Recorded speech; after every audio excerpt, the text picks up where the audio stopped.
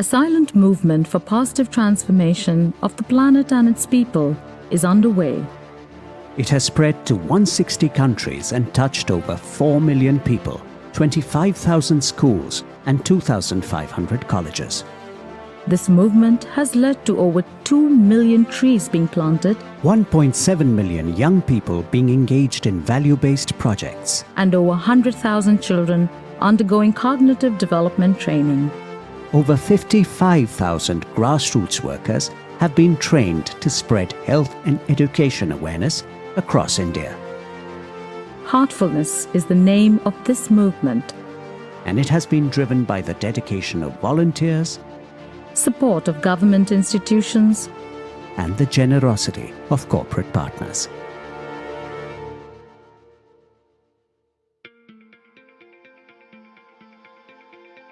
Transformation is natural, but it can be aided by a catalyst.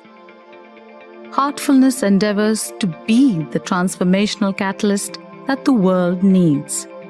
Through initiatives in the fields of environment, education, wellness, and sports, Heartfulness constantly strives to effect positive change. Kanha Shanti Vanam, the International Center of Heartfulness near Hyderabad in India, is a prime example of the possibilities when there is a will to bring about change for good. Volunteers from around the world have transformed 1,200 acres of barren land into a lush, green ecosystem brimming with biodiversity. In this campus, you will find large-scale tree plantations, gardens, dense mini rainforests, sewage treatment plants, waste management processes, solar power generation, and rainwater being harvested to create large water bodies. The Forests by Heartfulness Initiative, or FBH, endeavors to replicate the success realized at Kanha Shanti Vanam across the country. FBH has so far undertaken several forestation, lake restoration, and agroforestry projects in association with government organizations as well as corporations. Experts customize plantation and water conservation solutions at each FBH site. Special emphasis is being given to conserving endangered tree species. As Kamleshji Patel, the president of Heartfulness, often emphasizes, we must all come together to leave the world a better place than we found it.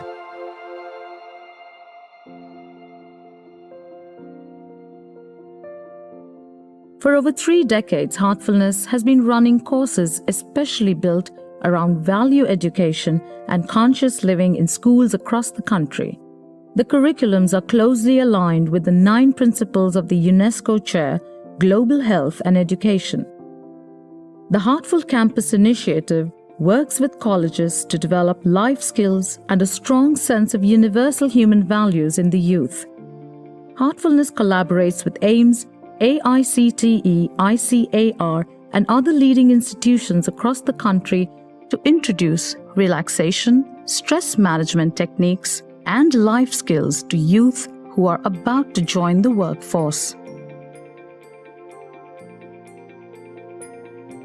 A tele-counseling helpline called Voice That Cares offers free support to anyone suffering from mental health problems like anxiety, depression, sleep issues, and addictions. Heartfulness provides special training in best practices to grassroots health, social, and education workers who can then implement these in their respective blocks and villages. The well-equipped Medical Center at Kanha Shanti Vanam caters to the medical needs of over 70 surrounding villages. Heartfulness also offers preventive and curative treatments based on various knowledge systems, including yoga and Ayurveda. About 15,000 Heartfulness volunteer trainers spread across the world offer meditation training free of cost. Sports encourage health, self-confidence, and leadership skills. The state-of-the-art Heartfulness International Sports Center at Kanha Shanti Vanam seeks to provide quality training to young people interested in sports.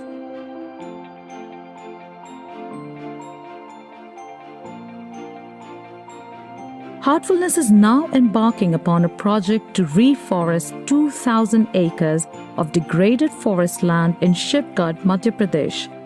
Also underway is the reforestation of the Aravalli Mountains running 750 kilometers across 3 states. A 105-acre city forest is being developed to serve as an oxygen bank for the city of Ratlam. In education, Heartfulness is collaborating with the government of Madhya Pradesh to implement the value-based curriculum in over 500 government schools. In the sports sector, Heartfulness is supporting the Pan-India Talent Hunt, a part of the Khelo India initiative. Heartfulness has a dedicated team of volunteers. However, all this also needs resources. Together, we can help strengthen this movement. Together, we can touch lives and transform the planet. Together, we can be the catalyst for positive change.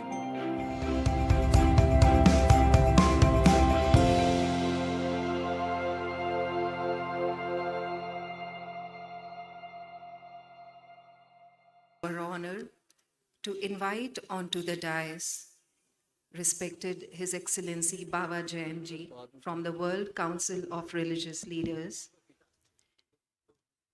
Nilakshi Rajkhowa ji from the Baha'i Faith, Peer Zia Inayat Khan from the Inayati Order. We respectfully invite Jyotendra M. Dave ji from BAPS. We invite Venerable Geshe Dorje Damdul ji from the Tibet House.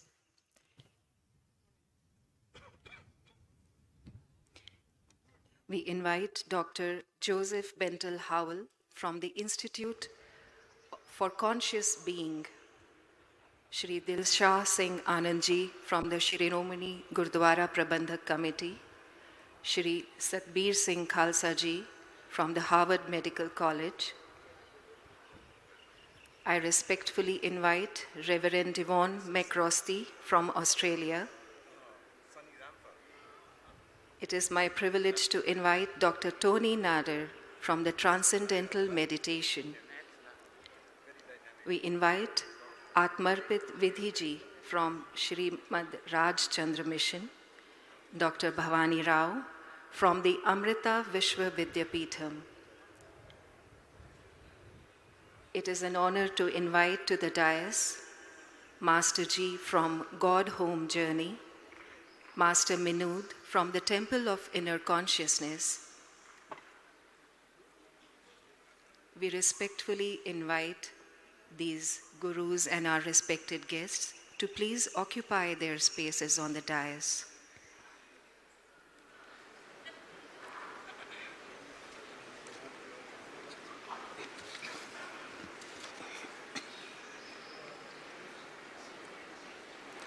It is a poignant moment indeed, as this grand event, the historic landmark event, to a close today.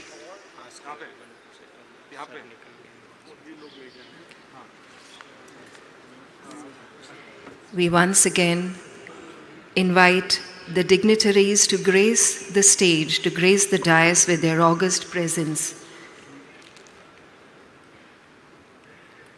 We request Dr. Tony Nader from Transcendental Meditation to please come to the dais and occupy his place.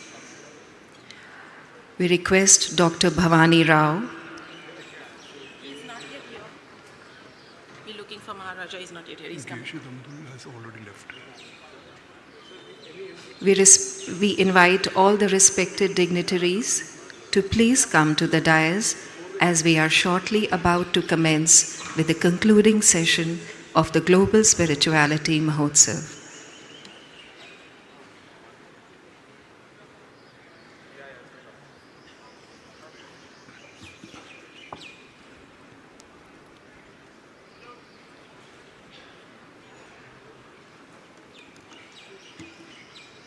This event has been truly a Mahotsav, a mega celebration of the oneness and unity among all faiths, religions, and spiritual paths.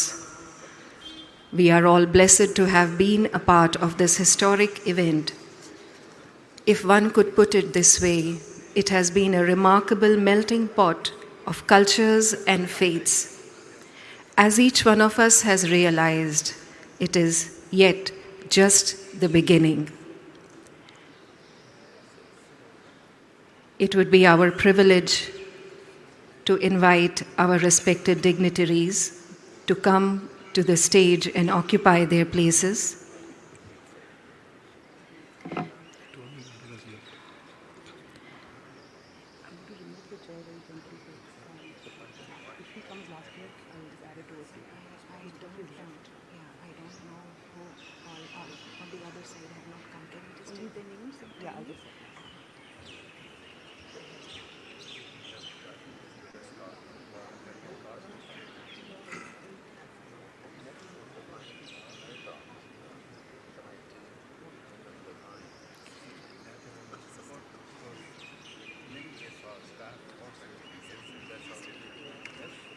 We have the respected presence of Brother Raja Louis representing Transcendental Meditation.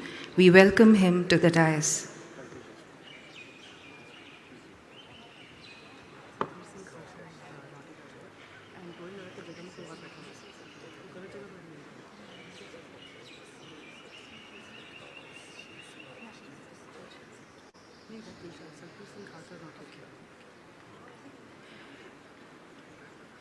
We respectfully invite Satbir Singh Khalsa Ji, Dr. Joseph Howell, and Dr. Bhavani Rao to please come and occupy your place on the dais.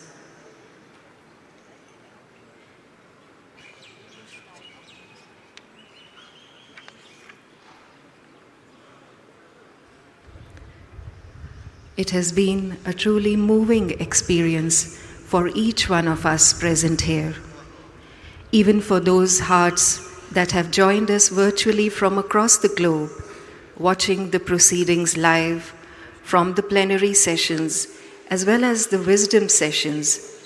Each one of us has come back to us to share that it has been a privilege for each one to be a part of this grand global spirituality Mahotsav. Many hearts have been touched, many more opened, and this wave will soon turn into an ocean. It is time for each one of us to commit to holding this vision of a world based on peace, inner peace to global peace. We await the august presence of the Honorable Vice President Shri Jagdeep Dhankar Ji and Revered Daaji to come and formally begin this concluding session. While we await their presence here in the hall, let us just connect to ourselves and prepare for the meditation that will be the start of this session. For those who would like to know how to meditate in the session that will follow, I would like to share this simple method of meditation that we will practice in a short while from now.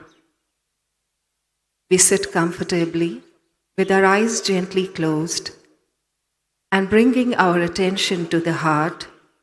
We sit with the prayerful idea that the Divine Presence is already there in the heart, like a luminous divine light. We sit with the idea, and without any effort to concentrate or focus, we simply humbly wait for that experience. If the attention drifts and we find ourselves in the midst of thoughts, we simply let them be, gently bringing our attention back to the heart, reminding ourselves that we are meditating on the presence of the divine light in the heart. This is the simple path that we will all follow in the next few minutes when we will begin meditation led by the global guide of heartfulness, Revered Daaji.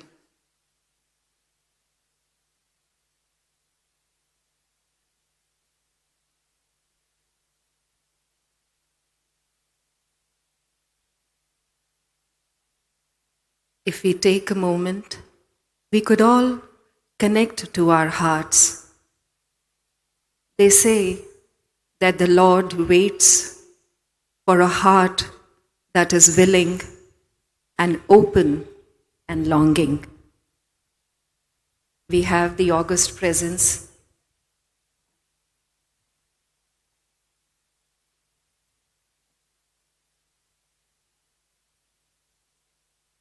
Honorable Vice President is here among us. Let us respectfully welcome him with a big round of applause.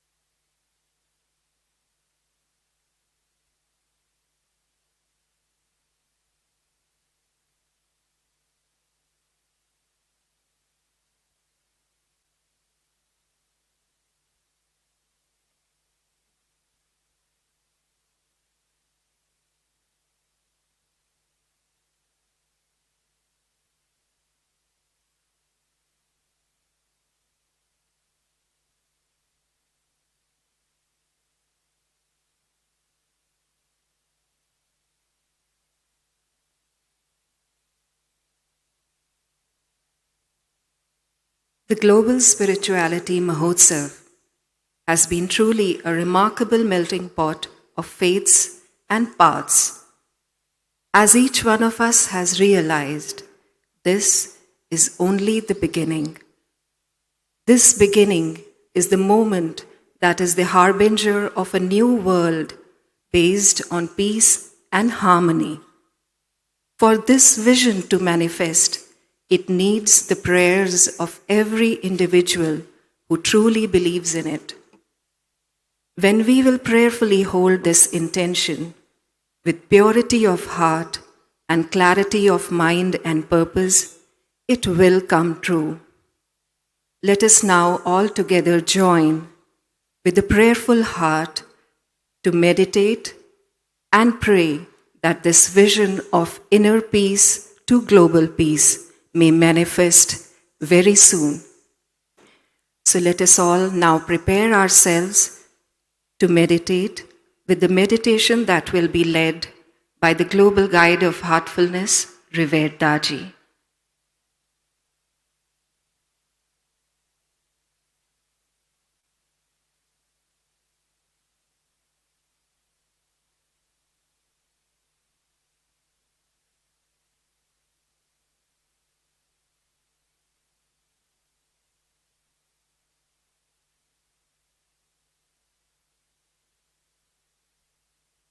Let us now prepare to meditate. This meditation is being led by Vandana Kothari, who will begin the meditation. So let us all sit comfortably and gently and move through a short relaxation, leading directly to meditation.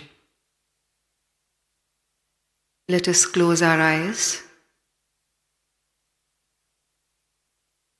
Take a few long, deep breaths in and relax.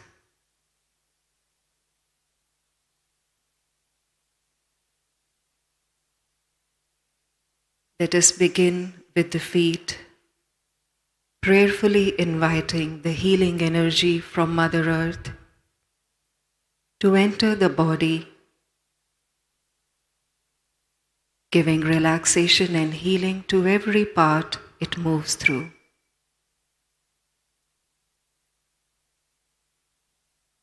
Feel the relaxation in both feet.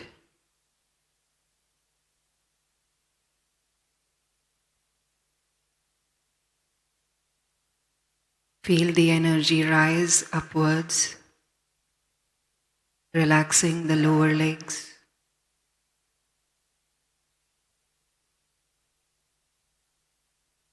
upper legs,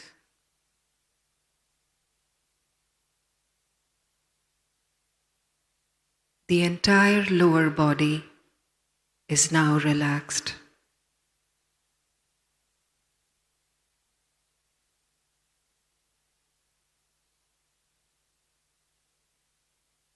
Feel the relaxation in the back,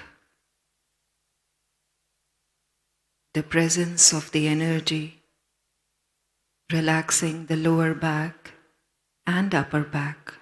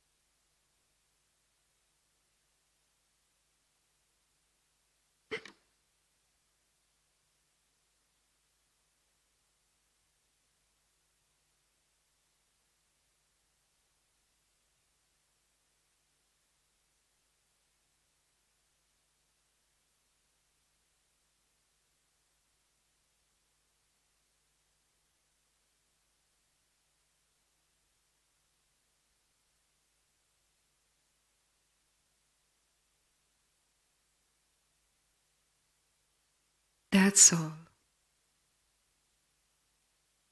Let us take a few moments with our eyes closed to absorb this feeling.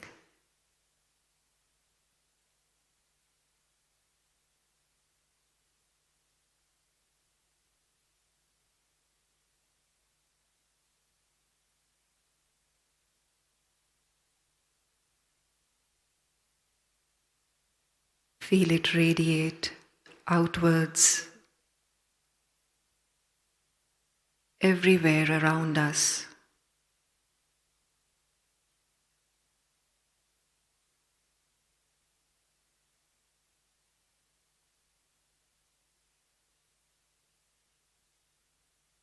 Let us now gently open our eyes.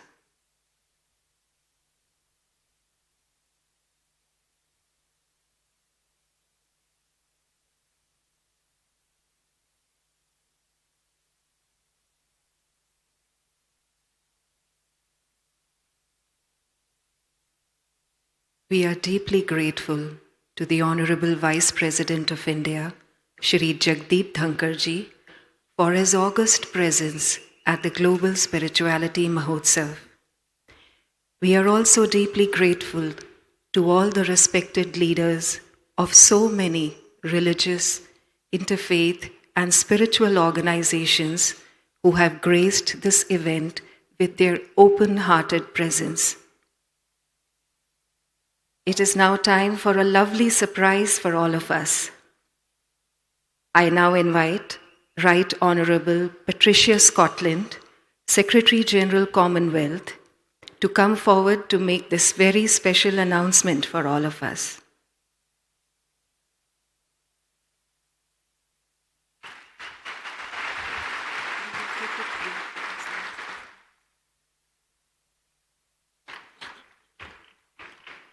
Your Excellency, Vice President Shri Jagdeep, distinguished guests, partners, colleagues, friends, my heartfelt greetings to you all. It is a genuine honor to return to this magnificent place. Vision, ingenuity, and labor has transformed what was once harsh and depleted lands into a lush green campus with rainforests full of thriving endemic and endangered species, medicinal and edible plants, and organic farms. This site has become a testament to harmony with nature. Every step one takes through the Yatra garden and these hallowed halls is an encounter with tranquility and renewal. We stand today in the physical representation of the heartfulness you have been practicing and sharing for so many years. And as we gather here in the month before the 125th birthday of Baba's, it is a fitting monument to his lasting legacy. But the imprint of his life of humble service, devotion, and love is unmistakable. It echoes in the demeanor of everyone present here, and it is reflected constantly in the vision and leadership offered by our dear friend and brother, Daaji, who has once again welcomed us so gracefully to this wonderful place. The Commonwealth is a family, and we are 56 nations and 2.5 billion people, stretched across 5 continents and 6 oceans, and our collective heart beats with the shared values of peace, understanding, and mutual respect. Daaji, as the guiding force behind heartfulness, you embody these values. Your wisdom, compassion, and unwavering commitment to the spiritual well-being of humanity shines through you and through this movement. Your leadership has nurtured the growth of heartfulness, and in doing so, you have touched the lives of countless people across the globe, across 160 countries and more than 5 million practitioners, with the dedicated support of 16,000 volunteer trainers operating in over 5,000 centers worldwide. Your impact extends far and wide. Heartfulness has become a global force for inner transformation, creating ripples which transcend continents and cultures, sowing seeds of mindfulness, compassion, and spiritual well-being across the world. Your teachings resonate deeply, offering a pathway to peace and self-discovery. And your approach to meditation and spirituality is both profound and accessible, guiding seekers on a journey towards a harmonious existence. This vision has cultivated a heartfulness community centered around love, unity, and mindfulness, offering solace and spiritual nourishment to seekers from diverse backgrounds in an increasingly chaotic world. Your unwavering commitment to service, coupled with your profound understanding of the human heart, creates a legacy of grace, humility, inspiration, and boundless compassion. In our lives, we all try to create and send out our own positive ripples of change. The ripples you have created are vast and lasting.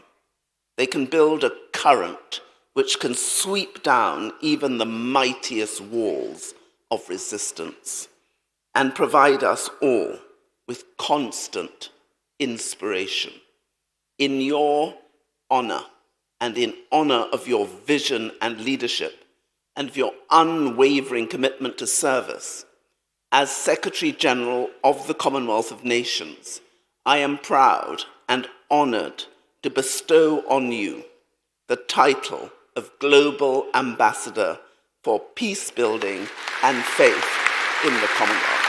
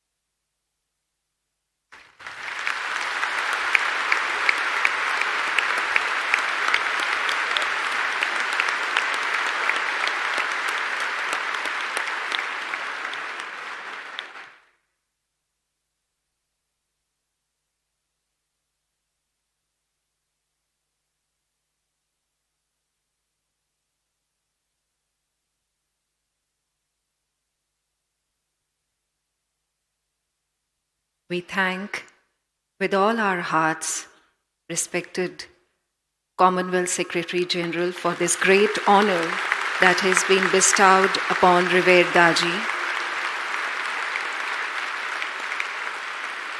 I now invite Honorable Vice President of India, Shri Jagdeep Dhankar ji, to say a few words on this august occasion.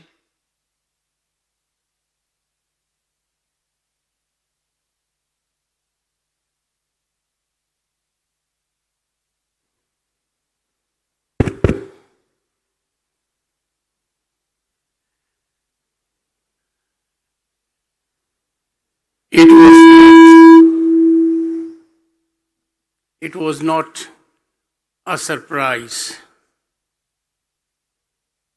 Well earned,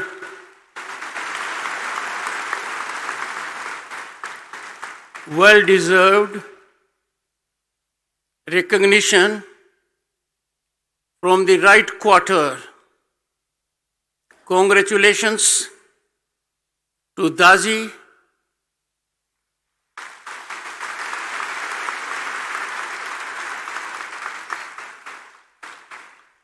India is 60% of Commonwealth in terms of population. In terms of knowledge and wisdom, I leave it to your discretion.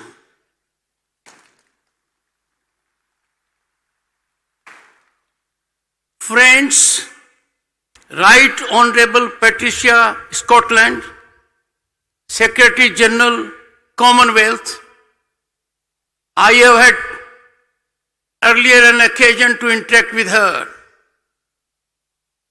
She is passionate about her mission. She is highly objective.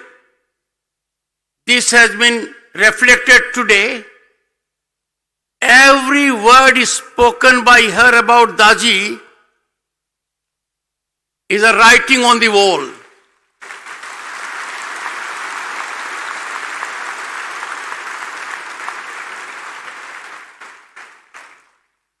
There was a time when iconic status was granted on parameters that are baffling, beyond any rational, but now times have changed. Our civilian awards that are conferred are based on objective parameters. There is recognition of those who need to be recognized. These are driven no longer by event management or patronage. It was a gratifying moment when Daaji received a very high civilian award of Government of India, Padma Bhushan.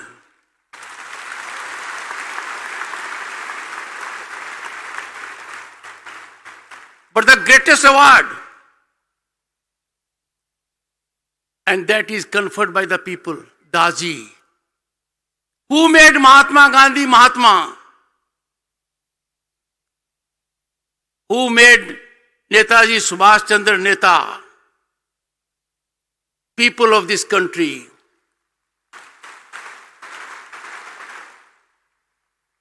Millions and millions of people are inspired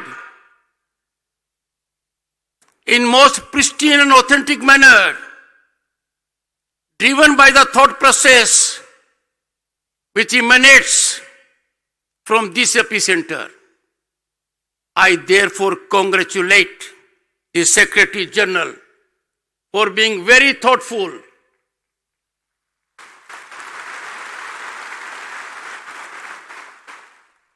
Madam Secretary General, this is a step in the right direction.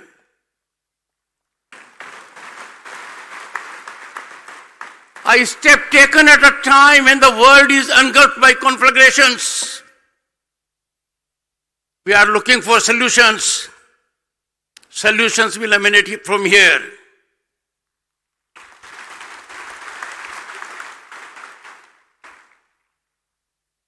Friends, this is a pleasant surprise to me, more than the surprise I had when I was nominated Vice President candidate.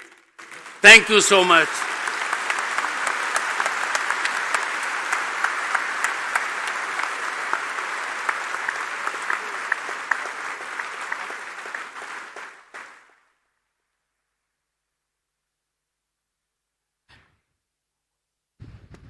We thank with all our heart the Honorable Vice President Shri Jagdeep Dhankar ji for his kind words. We thank him for his presence for having graced the Global Spirituality Mahotsav and for having guided us with his words. I now invite Revered Daaji to please address all of us.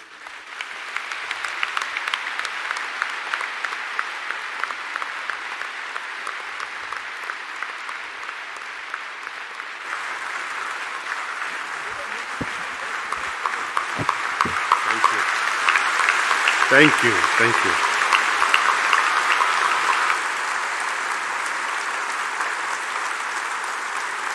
Thank you. Thank you. Most respected, Honorable Vice President of India, dear Jagdeep Dhankar ji, Right Honorable Patricia Scotland, Secretary General, Commonwealth, and many leaders of various paths, interfaith, religious, spiritual, and my very dear brothers and sisters. My heart and head bows to all of you with gratitude. This award is not personal. Could I have attained, or could this organization would have been recognized without you all? I don't think so. So this award, it belongs to Heartfulness.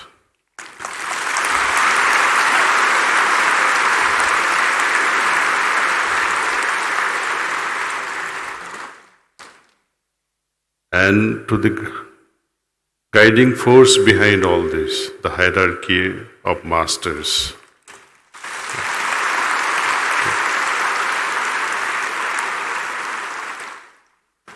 So far we have been treading alone with this global spiritual Mahotsav. Many of the spiritual leaders, including Maharishis, Transcendental Meditation, TM, headed by Maharaja and multiple Rajas in this organization, Brahmakumaris, to name the few. There's a whole list of almost 300 spiritual organizations. Imagine if one organization can do, and all coming together, each organization having ocean of abhyasis coming together, what we can all achieve together. It will be a wonderful moment to witness each one in harmony interacting with love, respect, trust, honor. The world will change.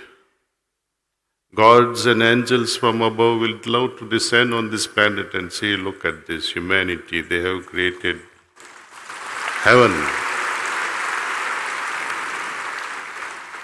Is it too much? I don't think so. It's very easy, provided we want to have it. Just little interest. Very simple little interest is required. Close your eyes only for 5 minutes in the morning, 5 minutes in the evening, center yourself, invoke God's grace, and see what all He can do through us.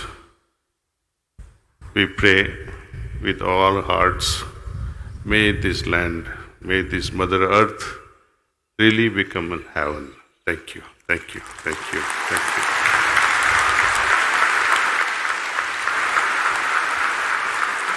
I cannot end this without thanking Right Honorable Patricia Scotland, Secretary General, Commonwealth. Thank you, and whatsoever you like to do in your territories, do us summon. We are ready, isn't it? Thank you. Thank you.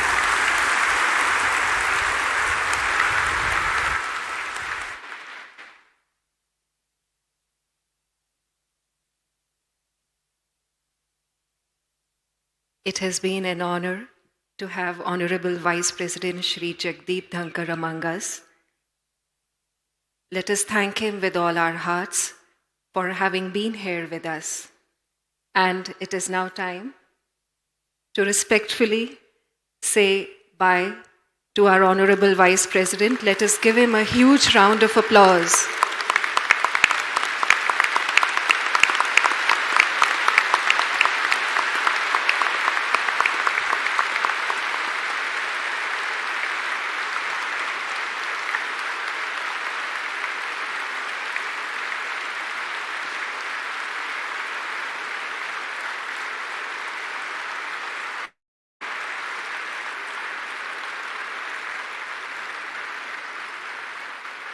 We now continue with the morning session.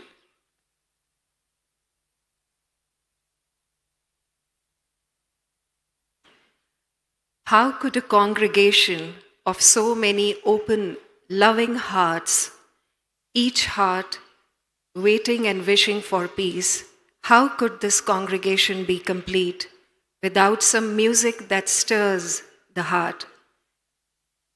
It is now time for a heartfelt musical rendition by Brother Charanji. I now invite him to come forward with his daughter and grace all of us with some soulful music.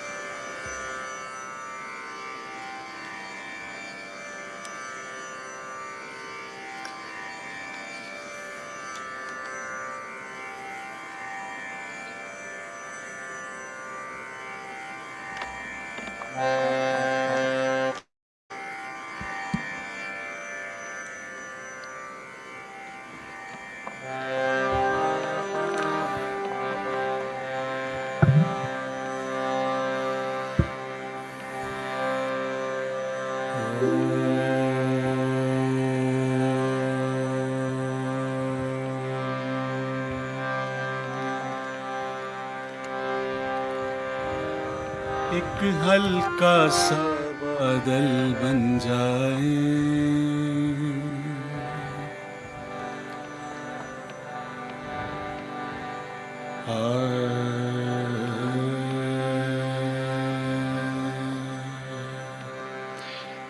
Global spirituality महोत्सव में शामिल सभी बहनों और भाइयों का मैं हार्दिक तौर पे धन्यवाद करता हूँ। सभी गुरुजनों का, संत जनों का, सभी संस्थाओं का हार्टफुलनेस की तरफ से धन्यवाद करता हूँ। जिन्हें हम देख सकते हैं उनका भी धन्यवाद, जिन्हें हम नहीं देख सकते हार्दिक तौर पे उनका भी धन्यवाद। और ये स्पेशल भजन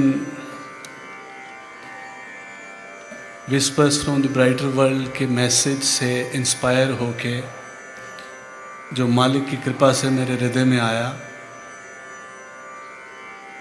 मदर हेलन पेरेट बाबूजी महाराज से बात करते कहती हैं कि मुझे ऐसा फील होता है कि मैं हल्के से बादल की तरह हो गई हूँ और मैं उड़ती जा रही हूँ।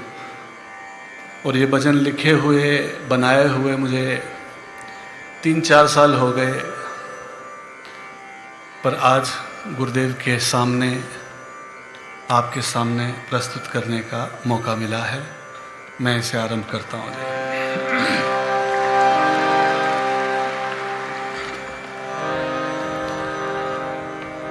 एक हल्का सा बादल बन जाए, एक हल्का सा बादल बन जाए, एक हल्का सा बादल बन जाए, एक हल्का सा बादल बन जाए, तेरी हवा मिलते ही उड़ जाए, तेरी हवा मिलते ही उड़ जाए,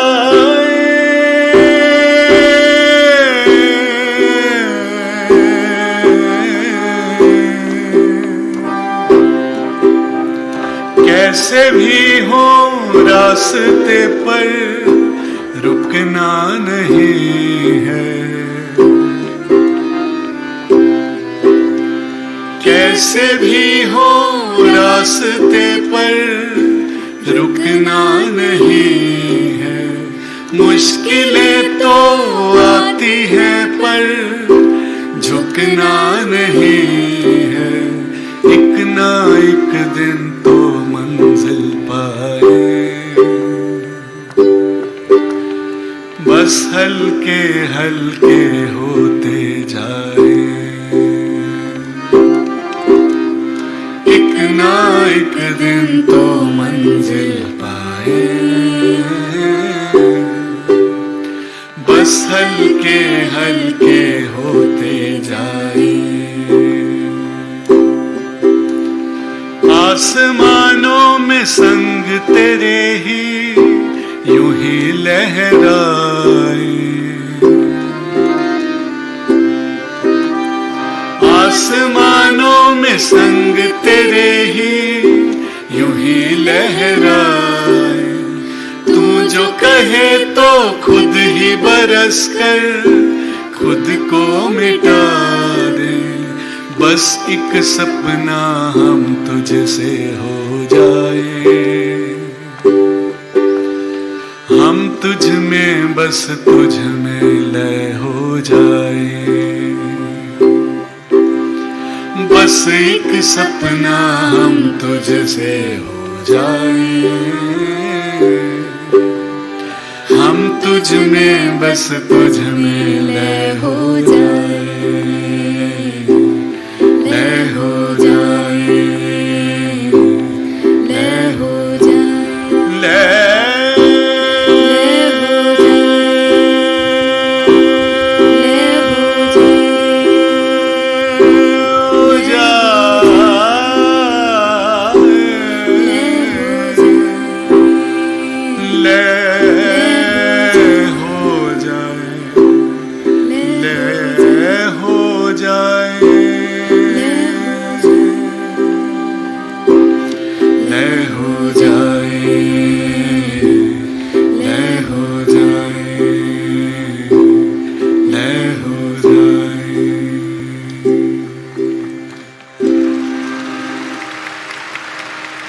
बस एक सपना हम तुझसे हो जाए, हम तुझ में बस तुझ में लय हो जाए, लय हो जाए, लय हो जाए।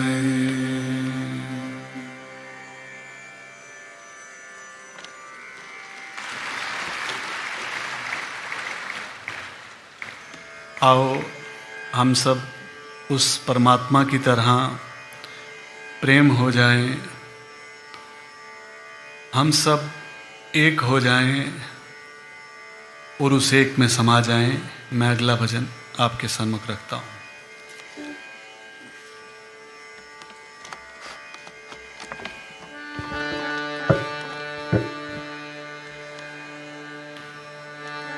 गुरु तेरे चरणों में स्वर्ग पा लिया है। वो अपने सीने में हर एक का दर्द रखते हैं।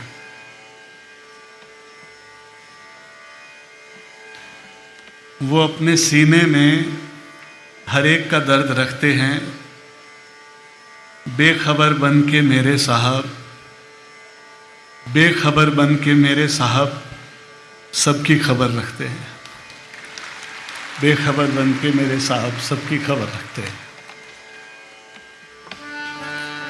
गुरु तेरे चरणों में स्वर्ग पा लिया है। ज़मीं पे खड़े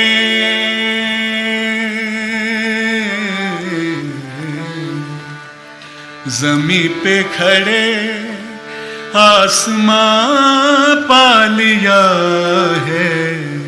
गुरु तेरे चरणों में स्वर्ग पा लिया है। गुरु तेरे चरणों में स्वर्ग पा लिया है। ज़मीं पे खड़े आसमां पा लिया है। गुरु तेरे चरणों में स्वर्ग पा लिया है। गुरु तेरे चरणों में स्वर्ग पा लिया है।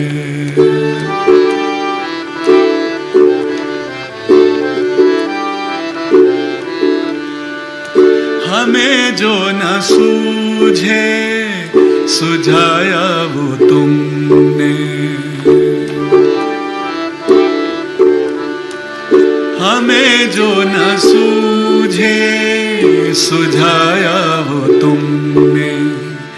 बना जो न हमसे बनाया वो तुमने। मरुस्थल में हमने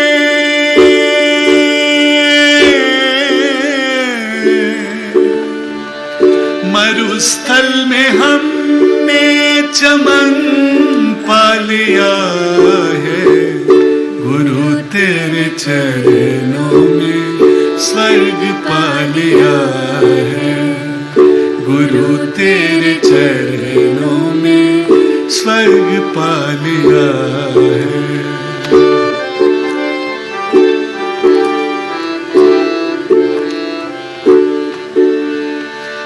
अंधेरा मिटा कर प्रकाशित किया मन। अंधेरा मिटा कर प्रकाशित किया मन। भ्रमों को मिटाया किया धन्य जीवन। अमावस में भी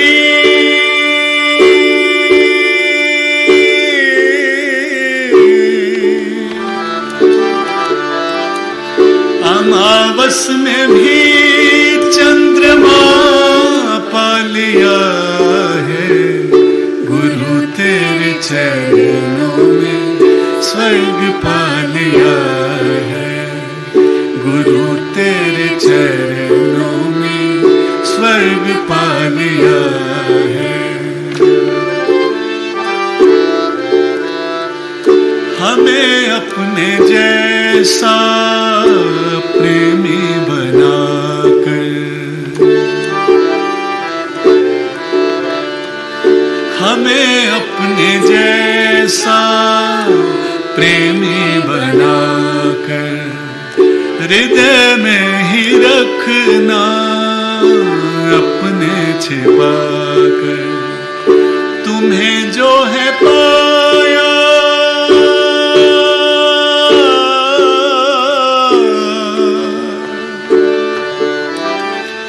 तुम्हें जो है पाया सारा जहां पा लिया है। गुरु तेरे चरणों में स्वर्ग पा लिया है। गुरु तेरे चरणों में स्वर्ग पा लिया है, जमीन पे खड़े आसमां पा लिया है, गुरु तेरे चरणों में स्वर्ग पा लिया है, गुरु तेरे चरणों में स्वर्ग पा लिया है, गुरु तेरे चरणों में।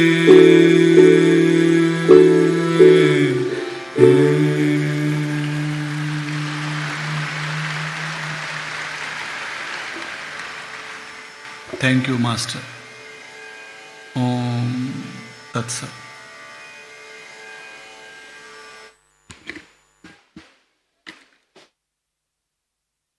Thank you, Brother Charanji. We now respectfully request all our dignitaries seated on the stage to please proceed down and occupy the chairs in front of the stage. We thank you for your presence on the dais.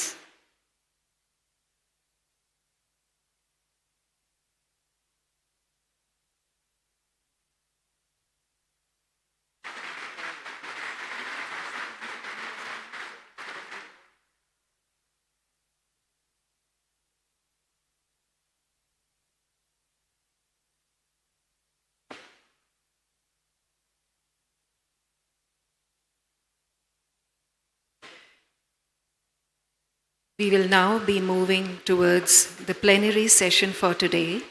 We request all our brothers and sisters to continue to be with us. There is inspiring wisdom to be gained from all respected leaders of different organizations. There is much to learn, and as we say, the journey of learning is endless. So we request everyone to continue with their presence here with us.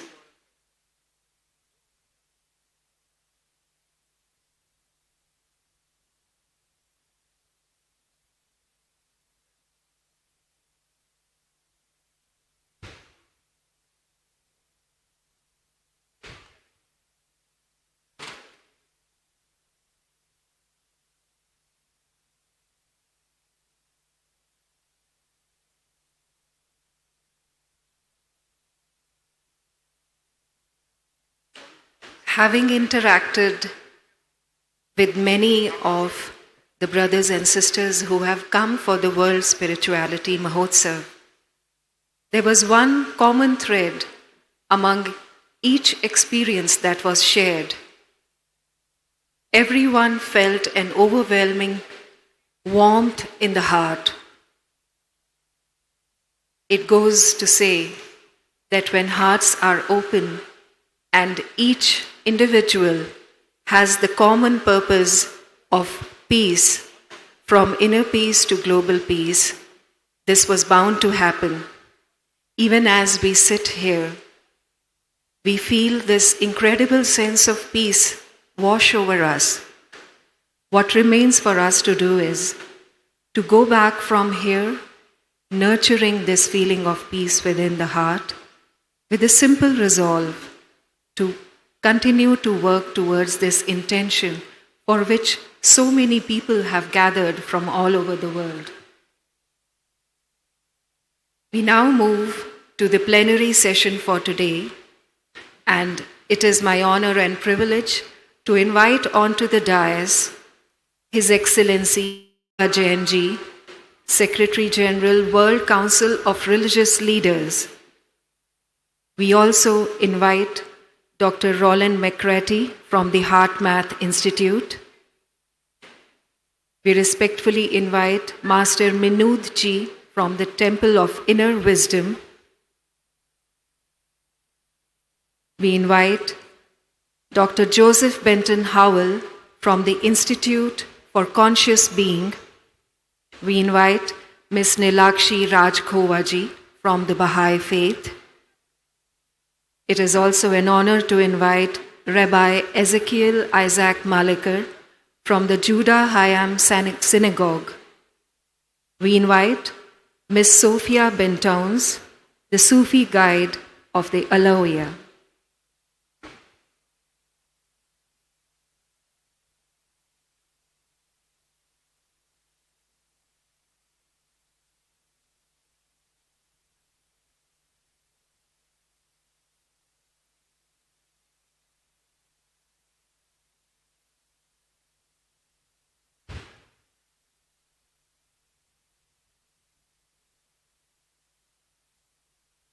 As it has been said in the Vedas, we are all eternal learners moving together on the journey towards the source that lies within.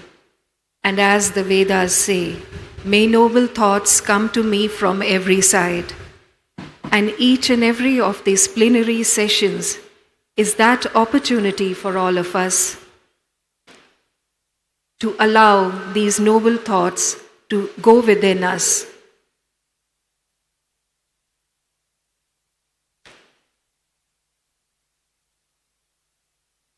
As we await the presence of the speakers for today's plenary session, let us all take a moment to also make our notes that will help us carry this wisdom forward to the centers, to the places from which all of us have gathered here at the Global Spirituality Mahotsav.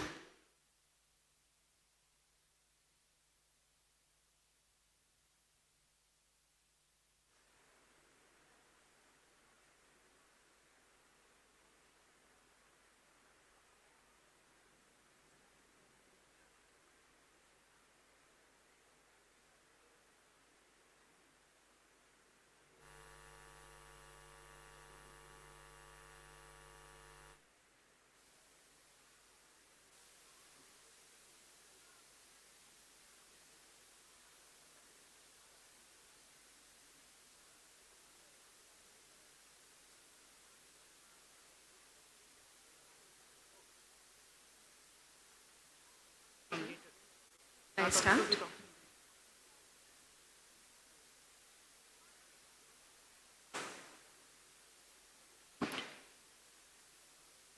Let us now begin with the plenary session for today. This interfaith dialogue serves to give us further direction on how to proceed from inner peace to global peace.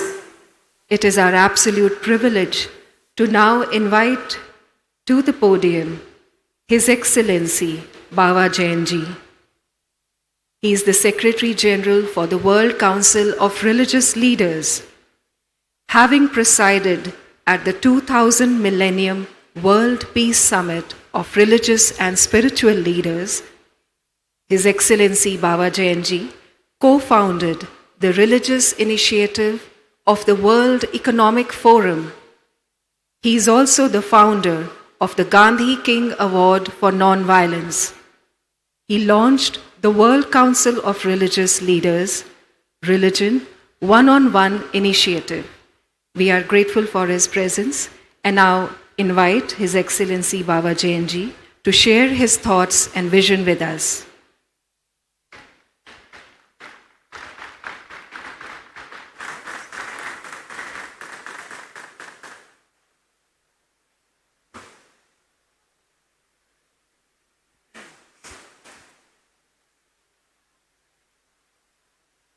Good morning.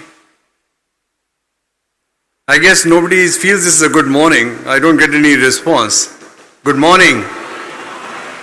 Now I see everybody is here.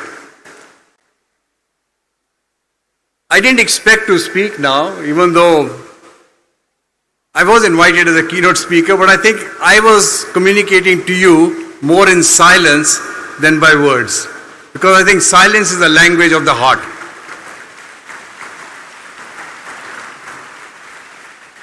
But they asked me to say a few words before I depart, and I just want to share a couple of things. I will have more of a conversation with you, and I just want to begin because Daaji is not here.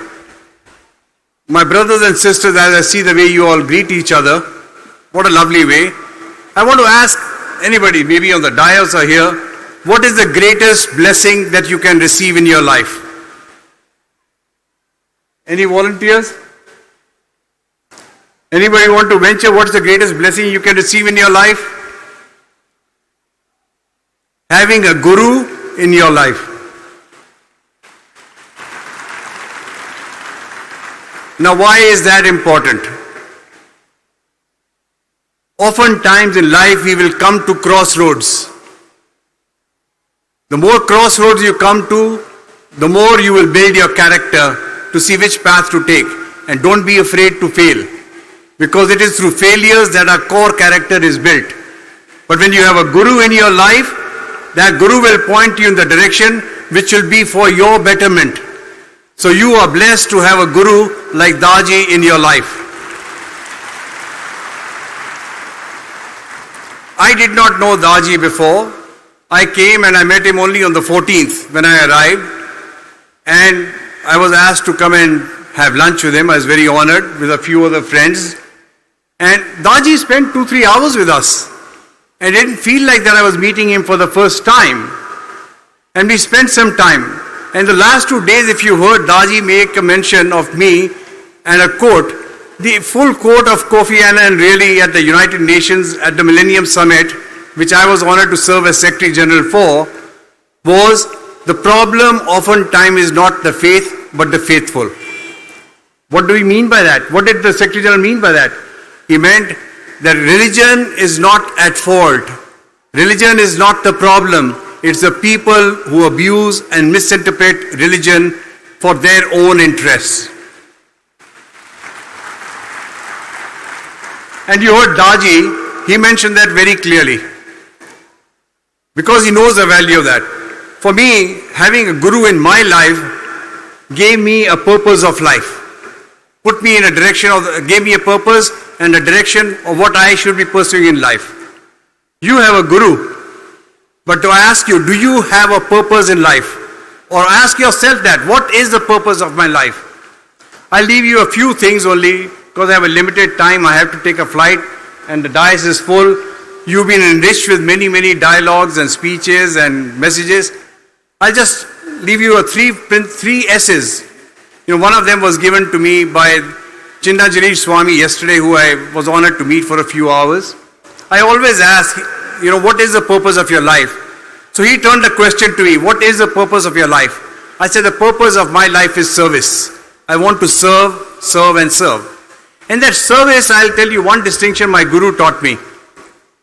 My guru always says, be of use. Remember, oftentimes people will tell you that they are just using me.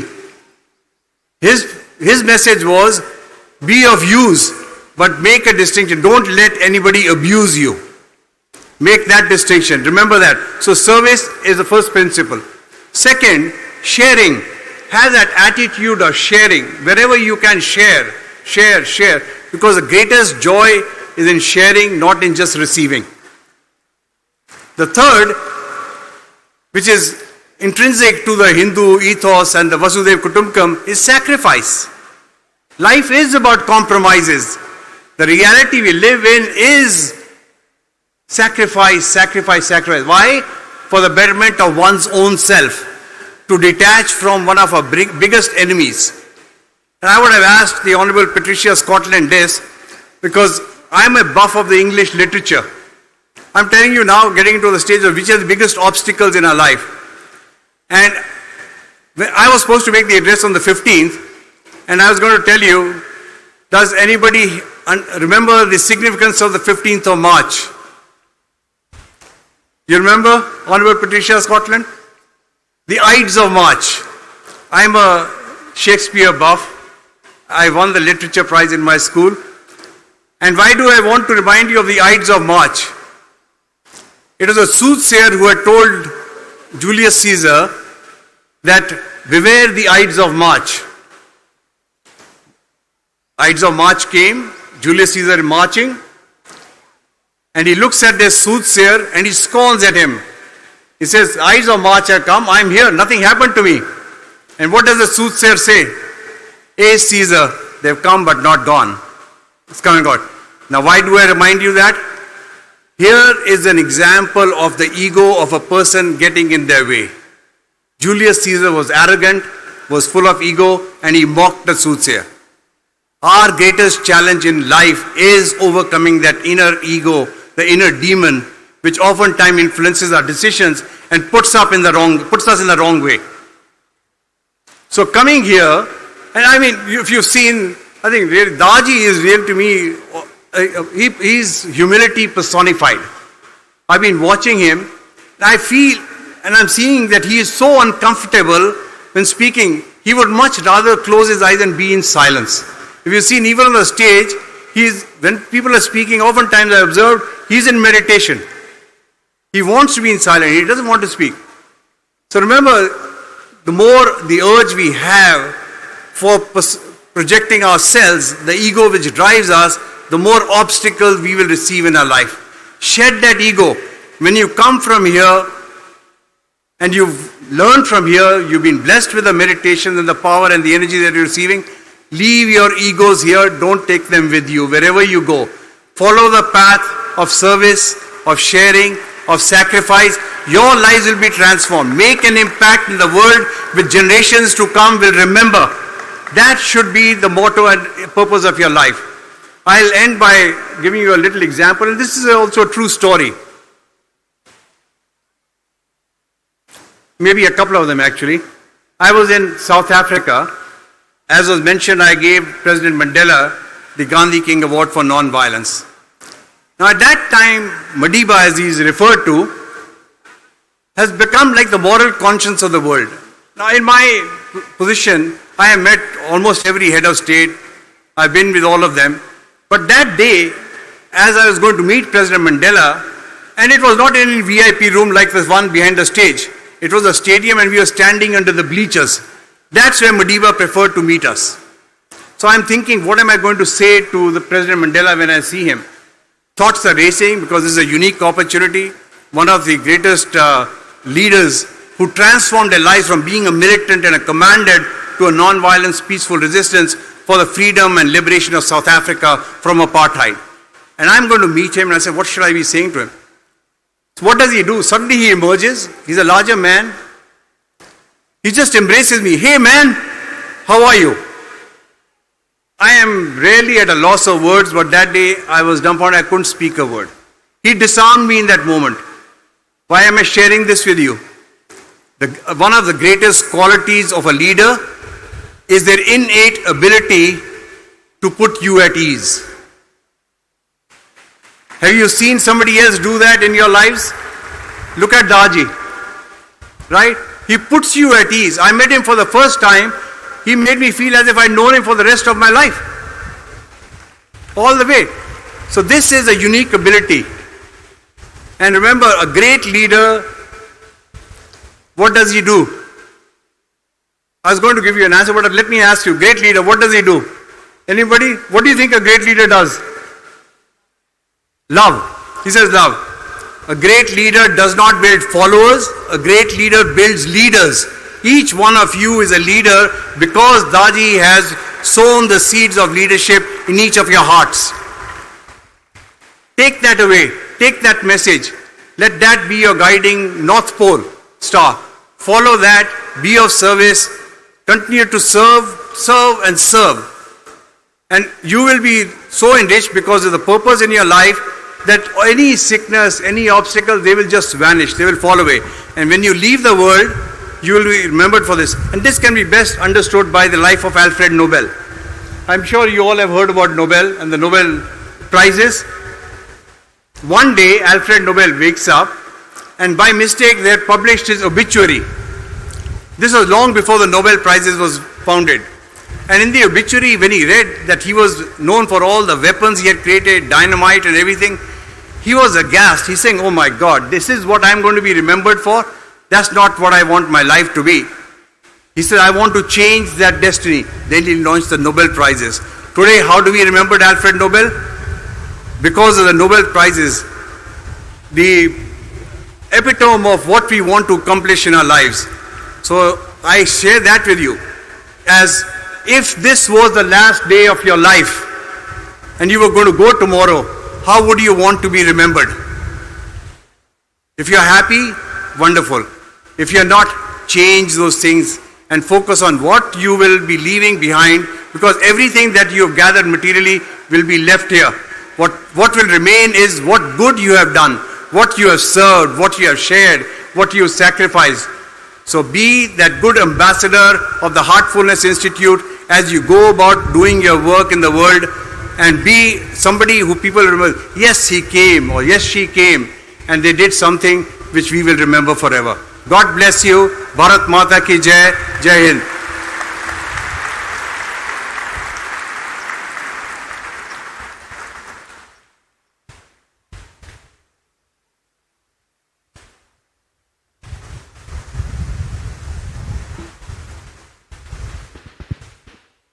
Thank you very much, Your Excellency Bawa Jain ji.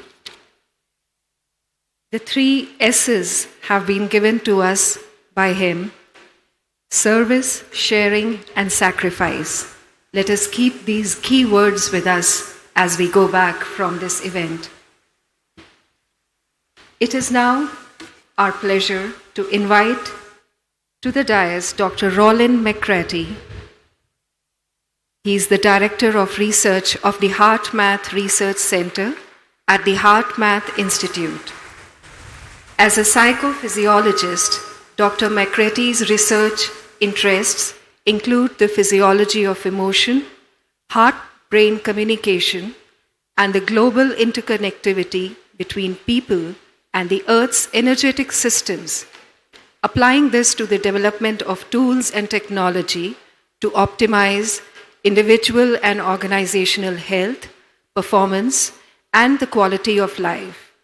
We request Dr. Rollin McCraty to share his ideas with us. Thank you, and it's a great honor to be here and part of this event.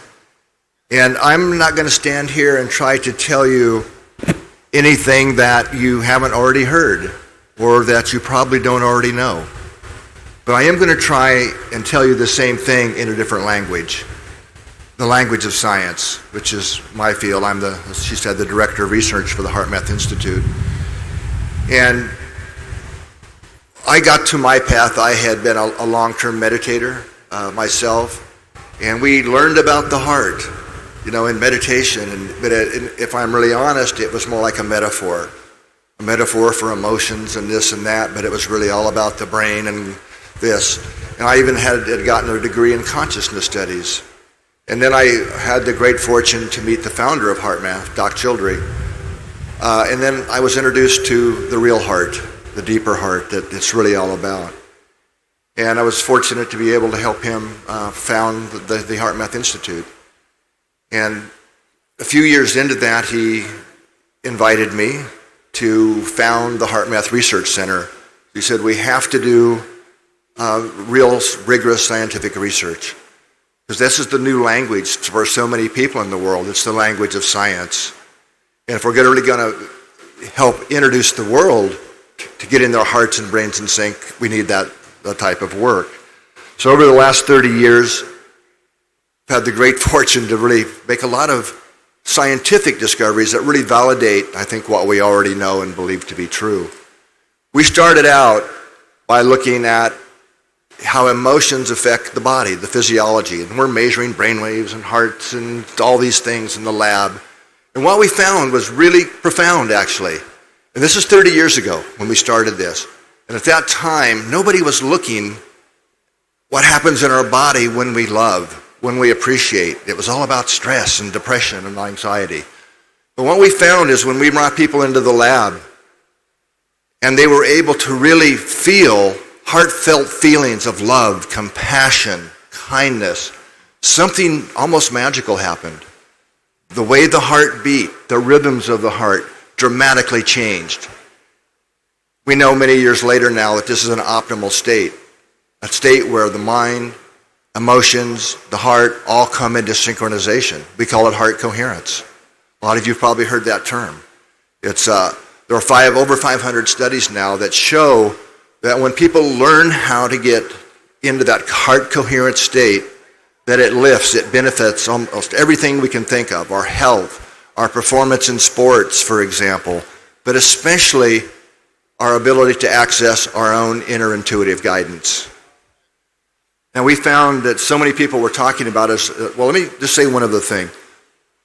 The beautiful thing I think about heart and heart coherence is it's neutral. It's something that we all have. We all have a heart.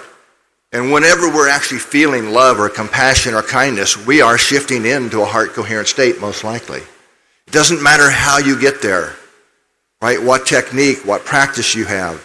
but it does increase the measurable synchronization between the rhythms of our brain and the rhythms of our heart. Now, as I mentioned, the big gift, I think, from that, I know from that, is our accessing to our intuition, our own intuitive inner guidance. And this is something we were actually able to test in the lab. And we were even surprised. I won't go into all the scientific details, but the takeaway from it is what we found from these studies is that the heart can know the future. And it starts in the heart. The heart is the first to get the information. It sends a measurably different signal to our brain. Then you have a brain response, you see that, and then you get a body response to felt emotion. So the way I got this published back in, many years ago in scientific peer-reviewed journals was to say that the heart has access to a field of information that's not bound by time and space. Well, what is that? Right? I would suggest that we have two hearts, what this research shows, the physical and what I call the energetic heart, which has been called the spiritual heart in so many religious traditions and philosophies. This just suggests, no, that's real. Right?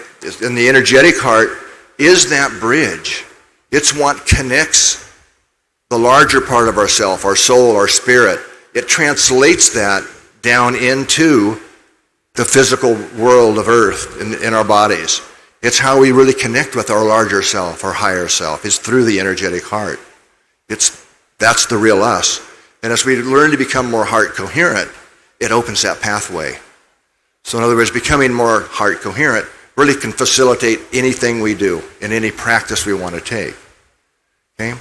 The next adventure, I'll say, in our research was really starting to understand scientifically how the heart connects us. It connects us with others.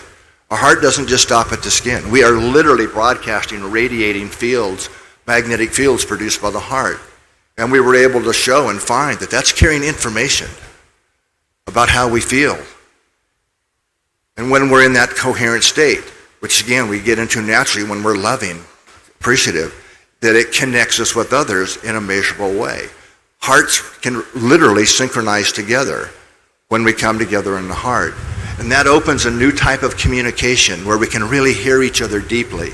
Even if we don't agree, we can still have that heart level connection. So it's really the key to how we build social coherence, how we learn to get along with each other in a new way, even though our minds might not disagree. Then the next kind of major step along that research path was understanding how our hearts not only connect us with our own larger self, but with others, but the earth itself. As it turns out, when we measure the heart coherent rhythms, it's a rhythm of about 10 seconds. We have new technologies that can measure this. It makes it very easy to practice, to know if we're in coherence, and to make that shift. But we started asking questions like, well, how do mothers know their children are in harm's way when they're on the other side of the planet? What's connecting this? There has to be something that's making that connection. One of the things that we found that can help answer that question is we all live within the magnetic fields of Earth, right? The North Pole, South Pole, right? The fields that we live in. Well, the amazing thing that we discovered by having these sites around the world that measure the energetic or the magnetic environment of Earth is that the fields vibrate. These magnetic field lines are plucked like guitar strings. And they vibrate at the same frequency of the coherent human heart rhythm. Okay, so when we're in that heart coherent state, through resonance principles, it connects us with the fields of Earth that we're all connected to. And what we're finding is the fields of the Earth that we all live in is what interconnect us not only with each other, but with nature, with trees, with animals, so that we're able to really, the heart really is what's connecting us across dimensions, with our larger self, with others, and with the Earth itself. So once we really understood that, then we said, well, how do we teach this to others? How do we make getting coherent easy? So we've developed a number of technologies that help us do that allow you very inexpensive technologies that allow you to see in real time your heart rhythm and how coherent it is. And these are, I'm thrilled to say, being introduced into many schools, these technologies, at least in the US and other countries, that are really allowing kids to learn this at a very early age. And I personally don't think there's any greater gift we could give our children than learning how to get our hearts and brains in sync early on, and we have that skill for life. Now, when we look at the global field that I'm talking about, we have new technologies where we can measure that. Again, I don't have time to go into it, but here's the takeaway. What we find is when we come together at events like this, or events, and we get into that coherent state, in other words, when we add love and compassion, and we intentionally radiate that into the field environment, the earth, the field environment, it's measurable. And love is by far the most powerful energy or frequency of bringing a type of coherence into the planetary field. We can measure this now.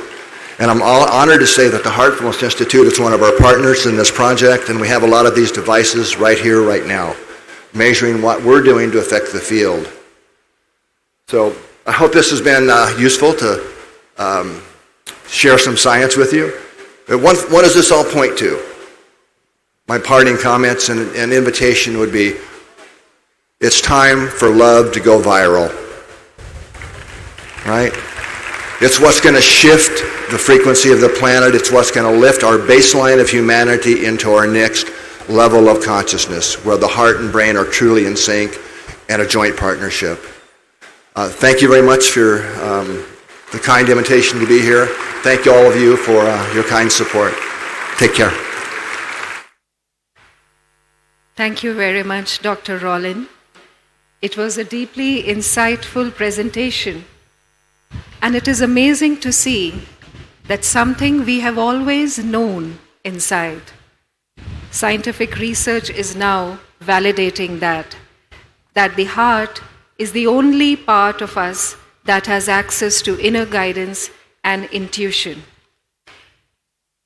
We now move towards another presentation. We invite Dr. Joseph Benton Howell, a clinical psychologist, a spiritual teacher, as well as an authority on the Enneagram. Dr. Howell is the founder of the Institute for Conscious Being, which teaches consciousness and spiritual development. He is the author of Becoming Conscious, the Enneagram's Forgotten Passageway. A new book to be released this year is also coming up, titled Know Your Soul. An absolute privilege to now be listening to Dr. Joseph Benton Howell.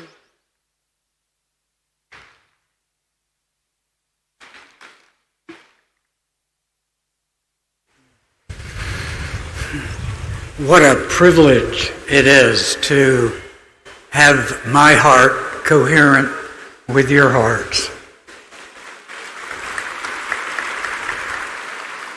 It is a privilege to be in another part of the world. It is a privilege to be in a society where I am greeted by namaste all the time. It warms my heart to be among you and to in some way claim that I too am an Indian.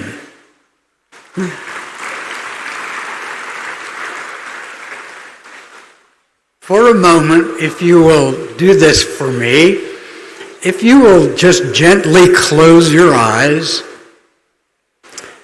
and picture in your mind's eye the home, the dwelling, the apartment, the house in which you spent the earliest parts of your life. Now look at that dwelling. You were 1 year old, 2 years old, 3 years old, maybe 4. And as you look at it, Look at the windows and the doors. Look at the color of it. And now, look at where in those environs that you most played. Was it on the grass? Was it in a playground there? Was it in your private garden? Was it in a common area of an apartment house? And as you picture this in your mind, I would like for you to look at the little being who is you playing in those places. Look at that beautiful little child with expressive eyes and with excitement, with tenderness, with vulnerability, with awe, with surprise, and only two wishes: to love and to be loved.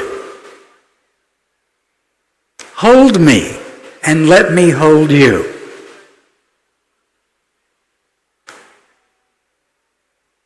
This little child with those beautiful eyes is sitting in that playground or that yard or that garden, and it is full of hopes for what life is to be. And it radiates that hope. Sadly, that little child our soul child, has to go under a crust because the demands and harshness and woundings of this world will not allow that precious innocence to survive in all of its purity. And so, by age 5 or 6, sometimes 7, we have put on a layer of protection, and it has been called our ego. And we must have an ego. It gives us an image. It gives us a way to move through the world. It gives us protection from the wounds that our little vulnerable self could not bear. And as this child grows, the ego grows with it, with you and me.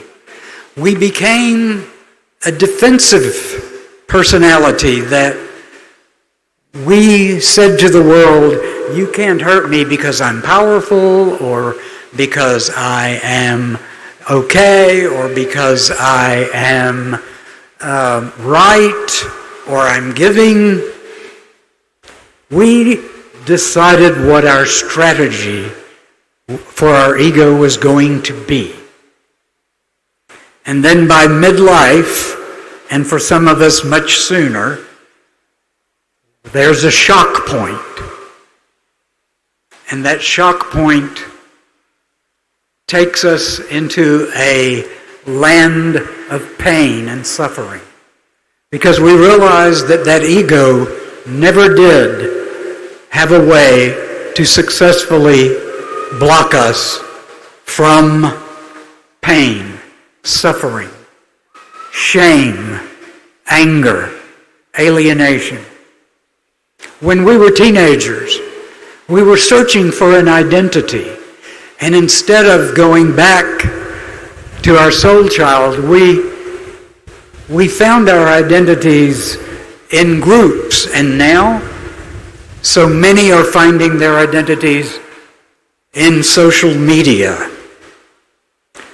What a false self that we are presenting for our children to embrace.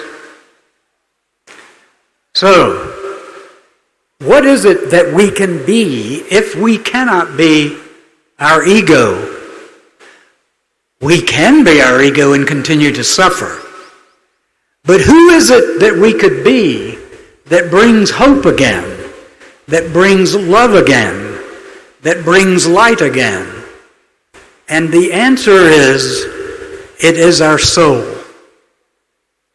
And the soul now has a purpose and a meaning and a way, with the ego's help, to have it protected, because the ego now can serve the purposes of the soul.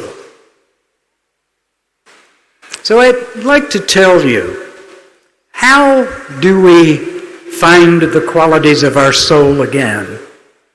Well, in my tradition, the great teacher Jesus Christ said, "You cannot enter the kingdom of heaven unless you become as a little child." And in my opinion, we have got to return to our own first identity, which is our true nature. And that's found in the little being you saw in that yard or playground just a few minutes ago.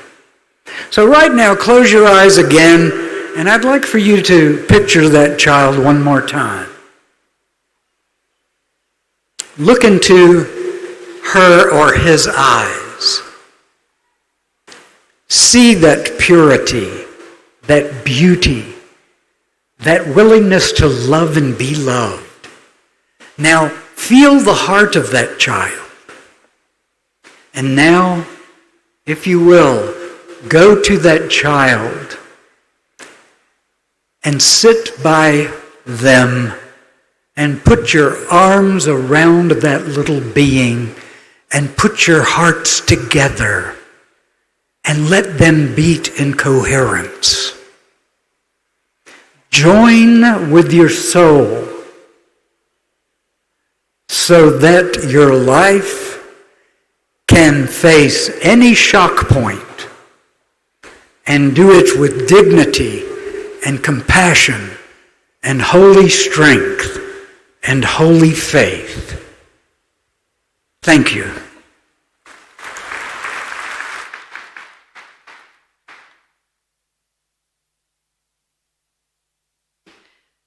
Thank you very much, Dr. Howell. Thank you for reminding us that we cannot enter the kingdom of heaven until we become like little children with innocent hearts ourselves. It is now our privilege to invite, to present to all of us, Ms. Nilakshi Rajkhowa, Director, Office of Public Affairs of the National Spiritual Assembly of the Baha'is of India. Ms. Rajkhowa has also served as the Director, Advancement of Women and Youth Affairs of the Office of the Public Affairs, Baha'is. Over to you, Ms. Rajkhowa. Thank you. Good morning, everyone. First of all, I would like to extend heartful greetings on behalf of the Baha'i community of India to each one of you.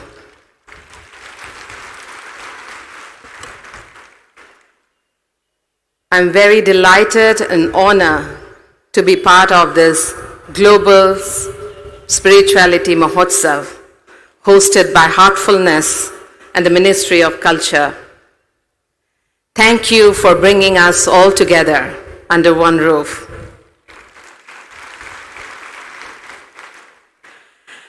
I would like to begin with a quote from the Baha'i writings. It says, "O Son of Spirit, my first counsel is this: possess a pure, kindly, and radiant heart. The thine may be a sovereignty ancient, imperishable, and everlasting."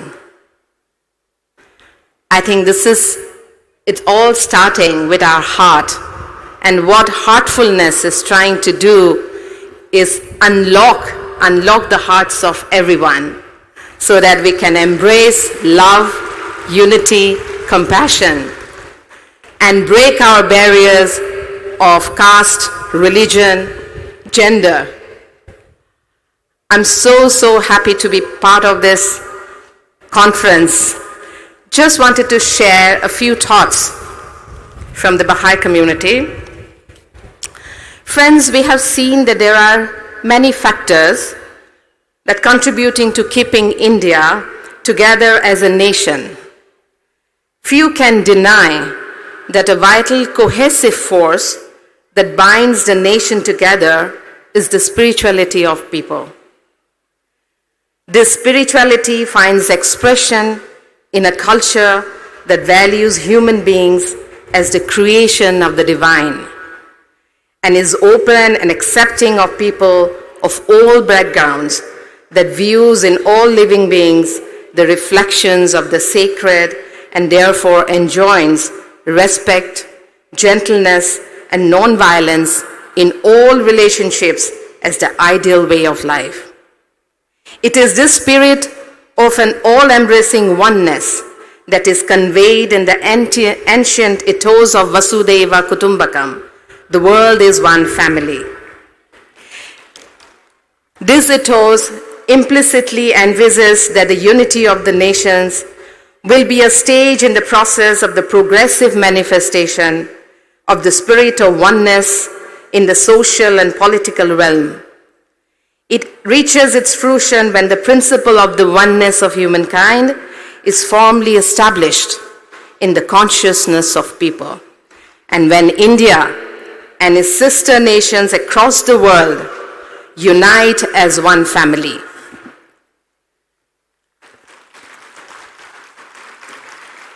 Over the past few decades, there has been a worldwide resurgence of religious fundamentalism.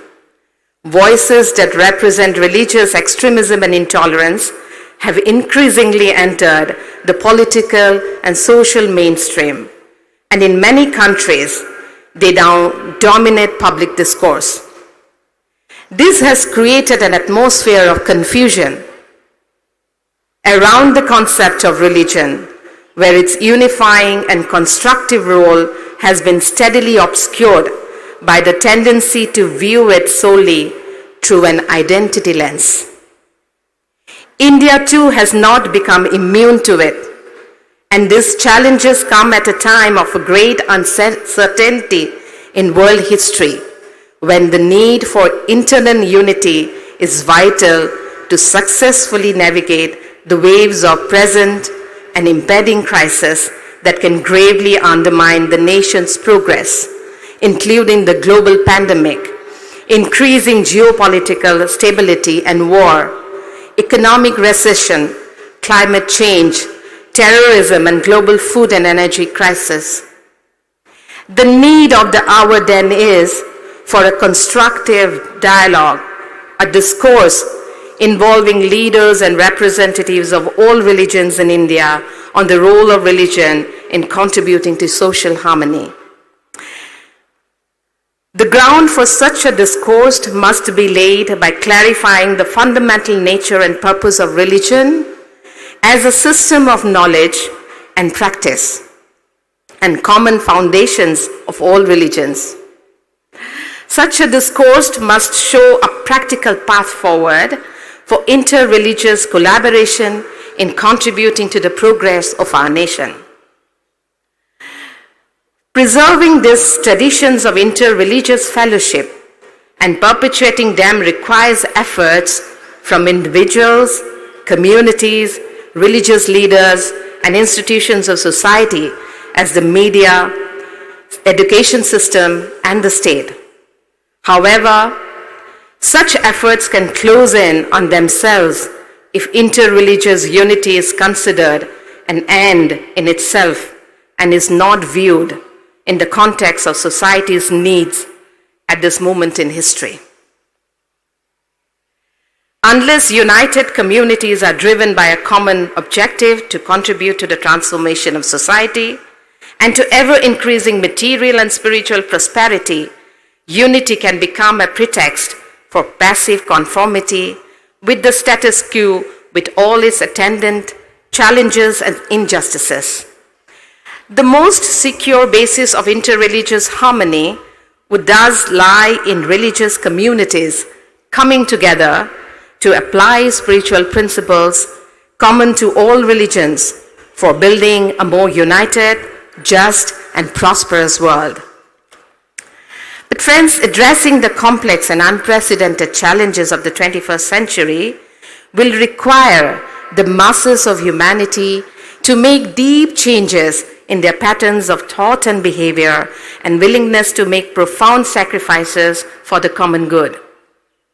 The kind of structural and systemic changes that are needed to become more just, united, and restore our balance with nature will require selfless efforts from the masses of humanity on a scale and for a duration never before witnessed. History bears witness that other than religion, no other power or man-made ideology has been capable of stirring the depths of human motivation and calling forth the spirit of nobility, sacrifice, and initiative needed to achieve such an objective. The world today is in dire need of the power of religion to once again course through the veins of a beleaguered humanity and to stir a common and collective response to humanity's challenges. Here we can see two protagonists who are playing a very important role. Religious leaders have a unique role to directing the attention of their congregation to the needs of the world. Many heartening examples of religious leaders coming together to rally on their congregations around the national drive to address common challenges could be witnessed during the worst phases of the COVID-19 pandemic in India.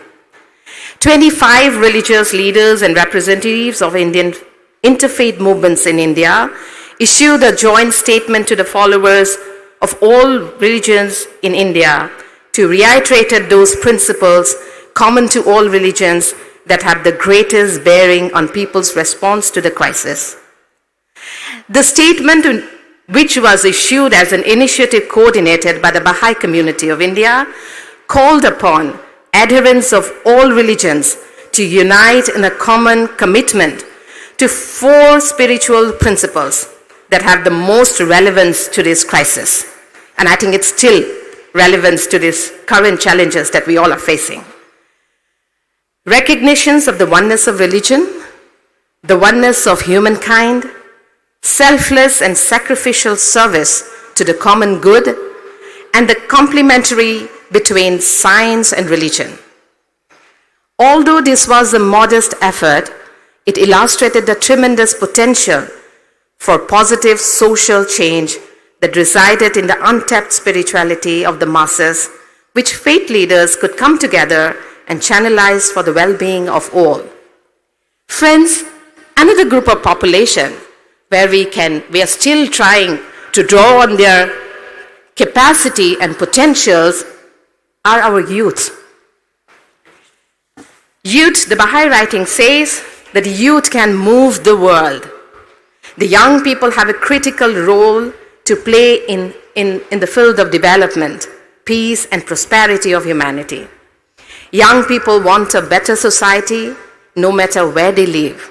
They tend to believe in the unity of people and be relatively unburdened by the biases and prejudices.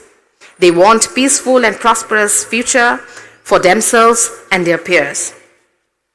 Let unity and harmony become our dominant narrative and become associated ever more strongly with the reputation and reality of Indian identity, relegating conflict and contention among the religions to an earlier and less mature stage of our history.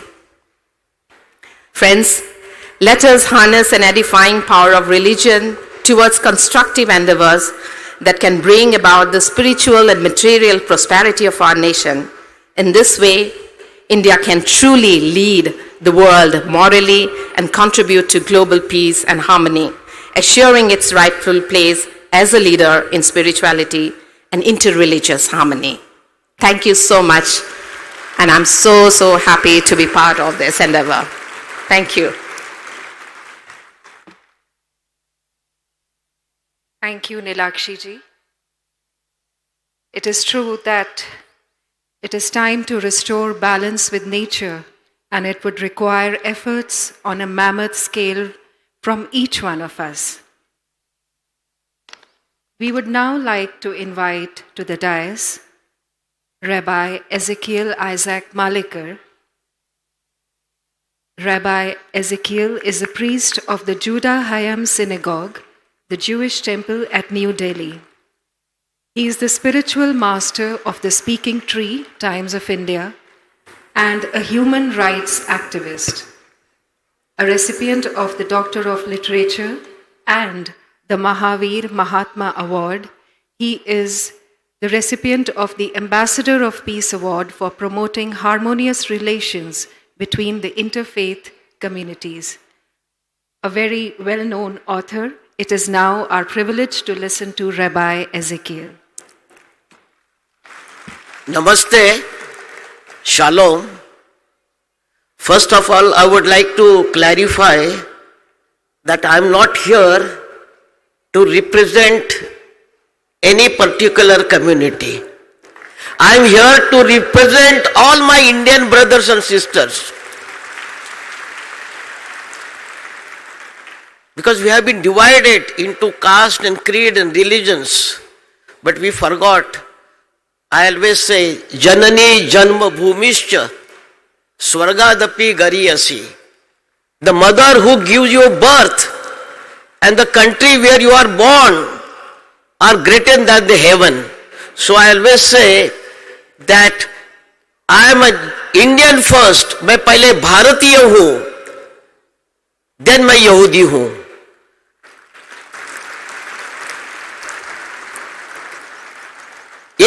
India is my motherland. I learnt here, Vasudhaiva Kutumbakam, Atiti Deva Bhava. And when the Prime Minister of Israel visited the synagogue, I was asked about my feelings for Israel and India. I said, Israel is in my heart, but India is in my blood. And to tell you that I'm here for the last 2 days, and whenever I go, because I'm from Delhi, whenever I'm outside, not a single day passed, I did not talk to my wife and my daughter and son.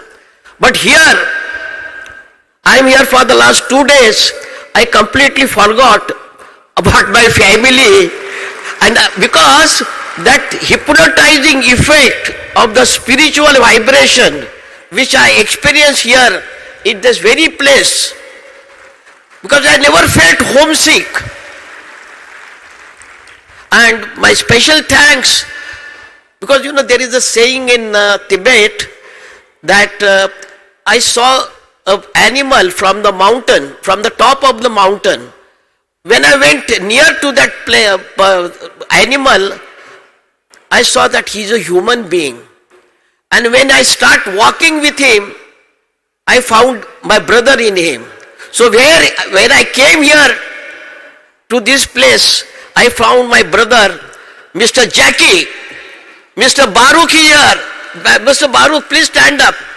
And he has hosted me and his wife Alexandria, and this Nilakshi also, and we have been with him enjoying our trip. In fact, I was telling Nilakshi, why did we book our tickets for today's flight? Let us cancel. Let us go tomorrow. Because this place is such a, I'm telling you, really from core of my heart. Because as you know that Israel is surviving because of the trees. We have that festival called Tu B'Shvat. Every year we celebrate the festival of the trees. And that on this particular day in Israel, Israel's population is just 9 millions.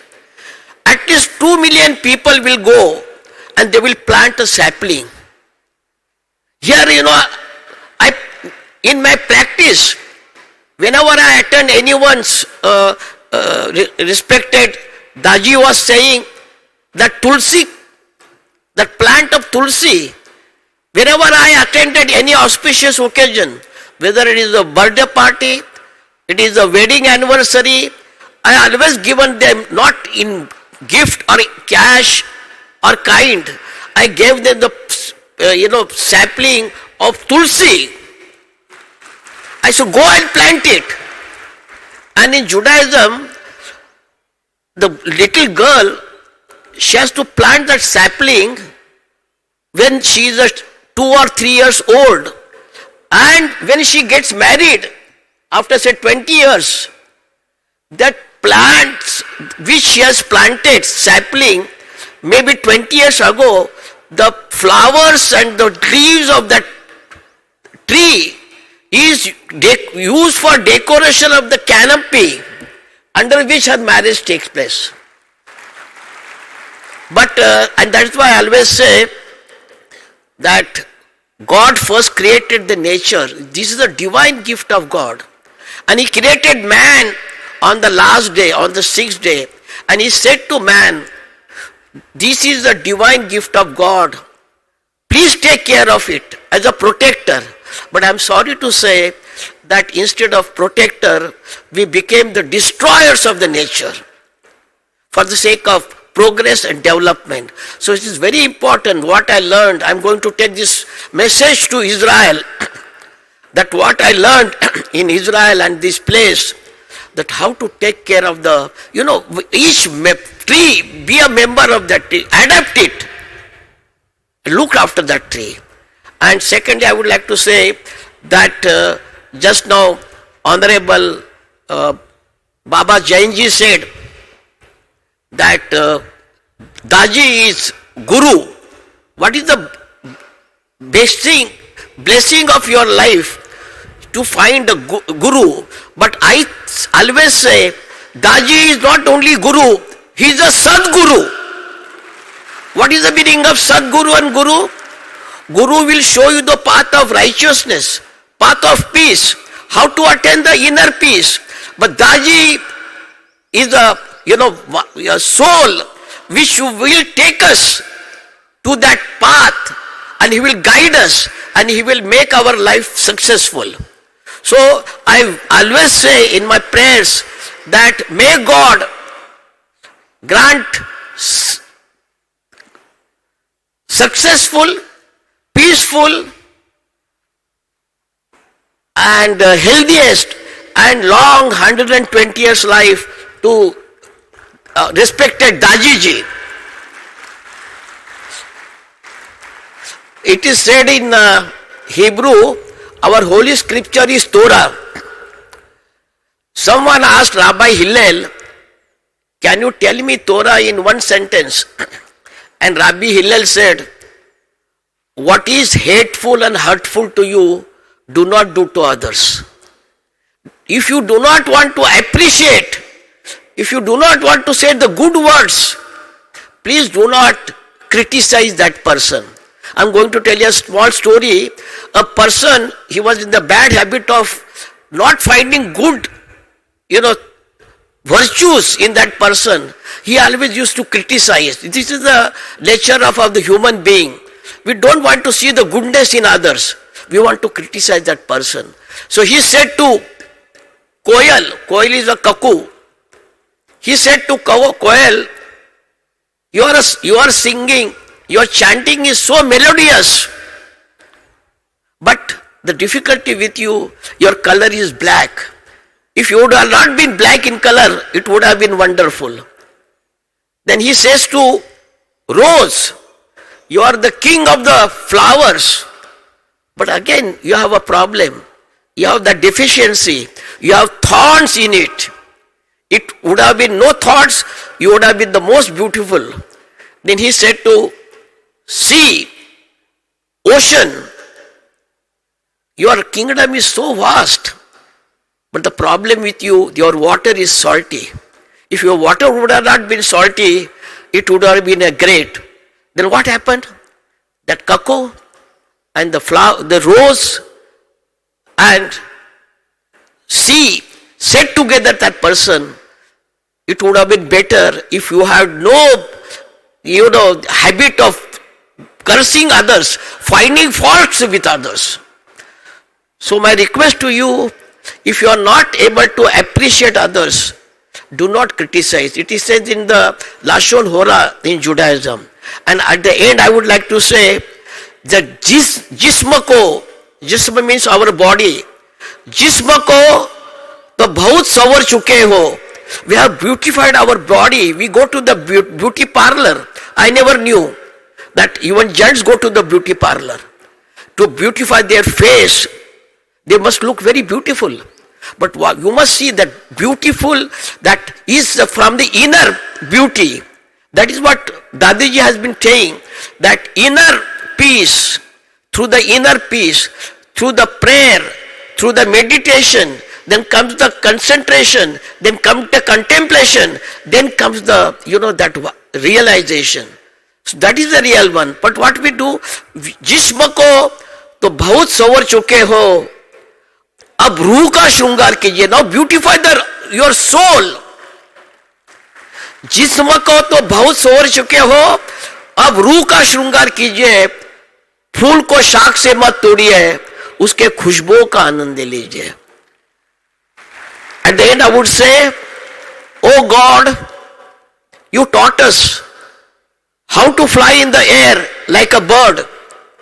Oh God, you taught us how to swim under the ocean like a fish. But oh God, kindly teach us how to walk on this earth in peace and brotherhood. Namaste.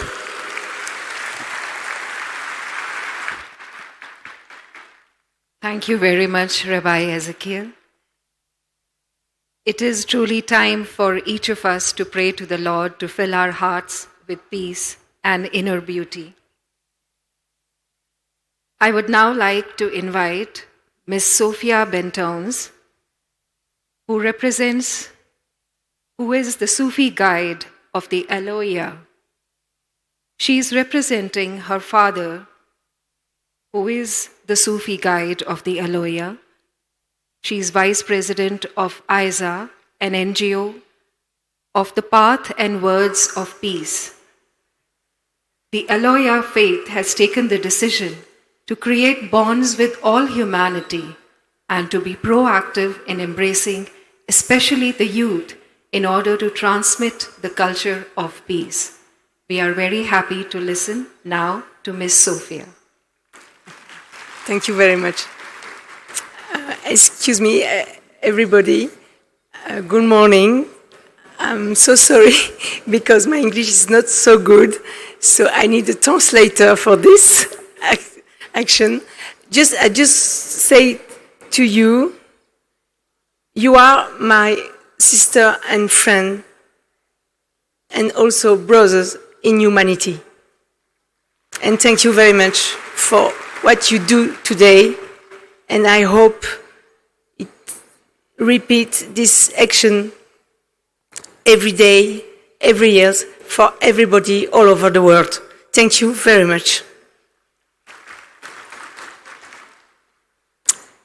Alors, à tous, et d'abord, toute ma gratitude to all of you, my gratitude au gouvernement indien, to Indian government, à mon ami et frère Daaji, to my friend, pour cette initiative qui est exceptionnelle. Et que ça se passe en Inde, je suis simplement fière que l'Inde porte ce congrès et fait appel à la spiritualité du monde pour pouvoir travailler et être dans son temps. Aujourd'hui, la spiritualité a besoin de nous tous et le monde. I am so proud that India is carrying, this brotherhood, this message, to humanity, and to be a part of it is something so great. Nous y croyons. We believe in it. Et nous sommes là pour ça. And we are here for this. La spiritualité, c'est beau. Spirituality is wonderful. Mais si il n'y a pas la lumière en elle, but if the light is not there, elle est vide de sens. This is empty from meaning. Donc, on demande à tous So et we're à asking tous everybody de réveiller en eux, dans leur tradition, dans leur religion, cette étincelle to awaken in their heart this light qui animera, je l'espère, à cet événement d'un monde nouveau. which will create a new world. Nous devons croire en nous tous. We have to believe in ourselves. Et c'est pour ça que je vous ai ramené un petit peu de graines de spiritualité d'Afrique, de That's mon why I pays, brought you from Africa some seeds of spirituality. que j'espère semer en Inde. Et ce sont les graines d'Algérie. Some seed from Algeria, and I will seed them in India. Hopefully, they will grow here. Je suis de cette grande tradition I am from the great tradition soufie Sufism, de la tariqa. La tariqa, c'est la voix, the voice of the way, de la voix alaouia. Alawiya. Que Dieu protège cette voix God bless and protect this et qu'elle serve Oui. l'humanité. to serve humanity. Donc, humblement, je vais simplement essayer de vous transmettre ce que mes ancêtres, et notamment le Shir al-Alawi, qui était lui, I will humbly try to transmit to you what the Sheikh Alawi, un très grand maître, un très great grand master, théologien, theology, un homme de communication. a man who communicated. Il a créé les ponts entre l'Afrique et l'Occident. He created bridges between West and between Africa Il a incarné, and West. il s'est simplement ouvert, il a ouvert son corps à cette âme qu'il a reçue du ciel et qui a pu se propager jusqu'à aujourd'hui. He opened himself to that great spirit coming from above and transmitted. Et comme il le voulait, nous sommes tous, pas que moi, nous sommes tous sa main, sa tête, sa parole, son cœur, ses jambes et tous les membres de ce corps. Everybody is a part of this, that it is his brain, his mind, his heart, whatever part of the body. We are all a part of it. J'ai été simplement élevé dans cette dimension universelle. Aujourd'hui, je suis chez moi, ici, chez vous. I grew up in that dimension, that universal dimension, and here I feel at home. La terre est notre mère. The earth is our mother. Elle est aussi notre tapis de prière. This is also a carpet for prayer. Elle est aussi la représentante de toutes les églises et de tous les temples du monde. It is also the representative of the temple of all religion. Alors, animons et créons en nos cœurs tout simplement ce désir profond de tolérance, de fraternité et d'échange. We have to awaken this in our heart, this feeling of tolerance.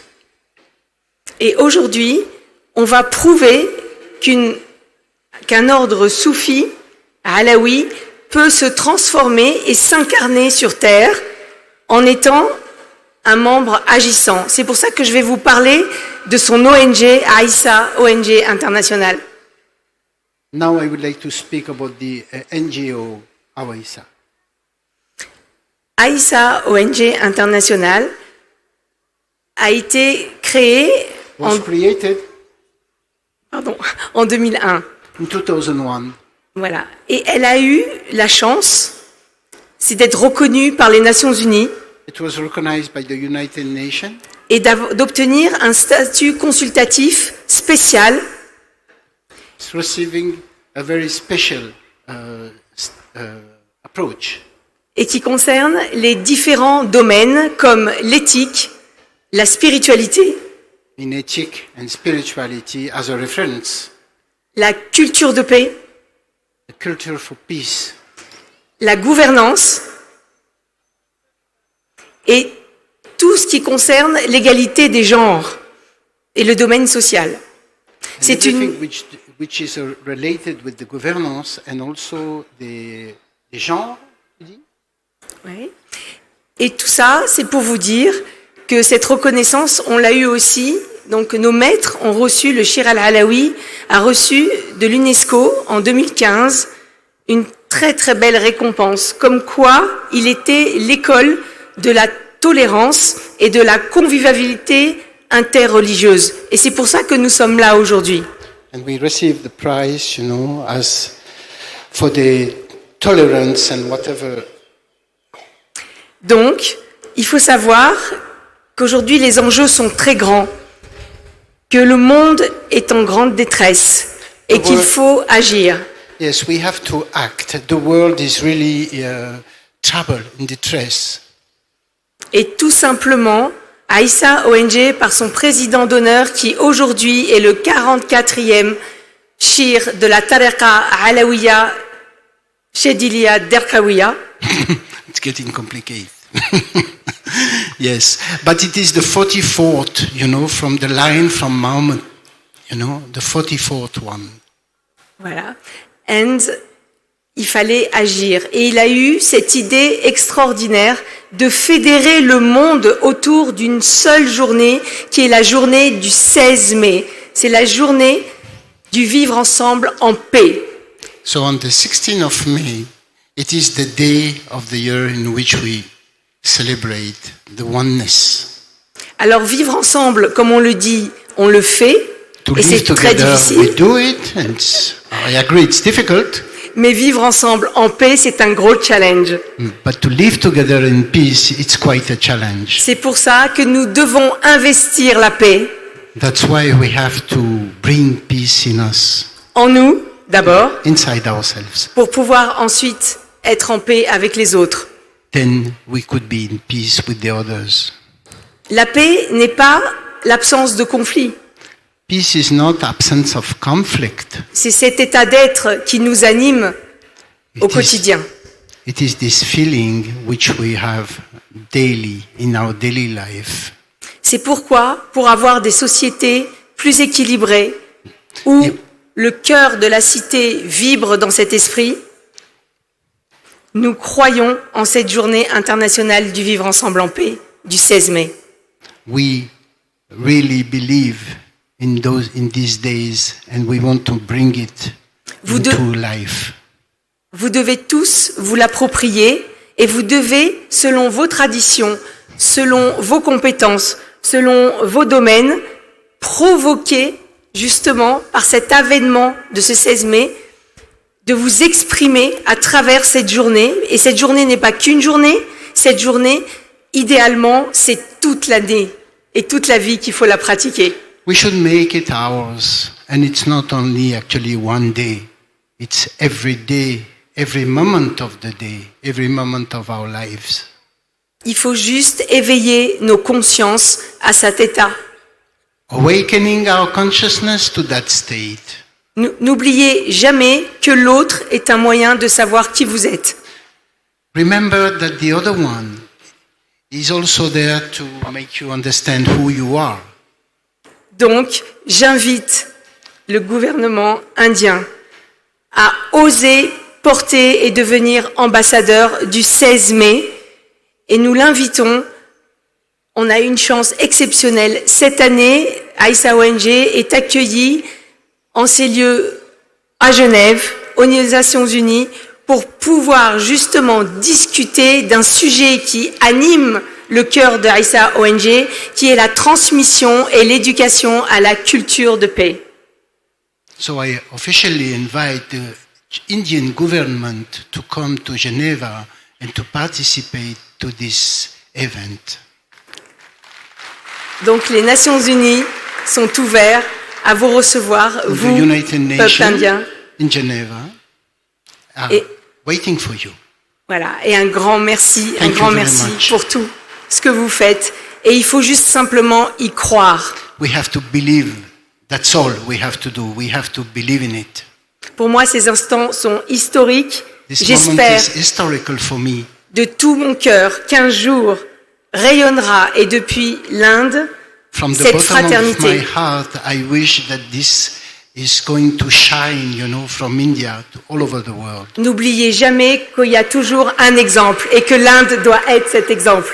There is always some example showing, and India is the example. Nous croyons en vous. Merci. Thank you. Merci. Thank you very much.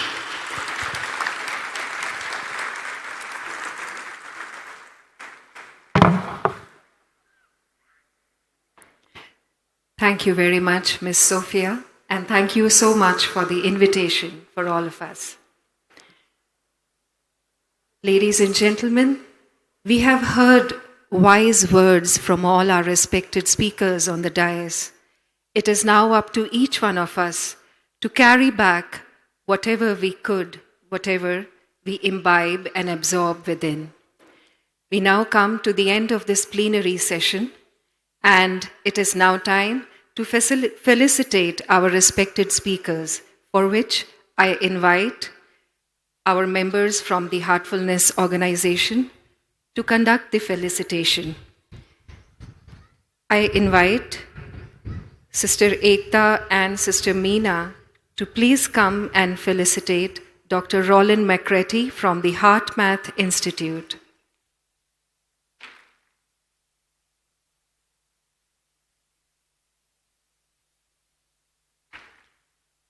Let us give a huge round of applause for all our respected speakers.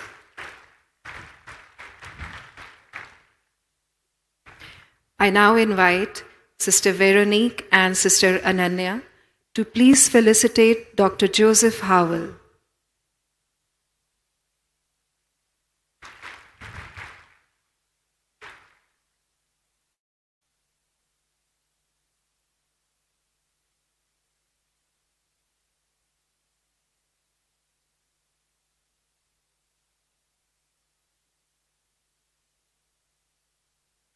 I request Sister Sylvie and Sister Ranchal to please felicitate Miss Nilakshi Rajkhowa.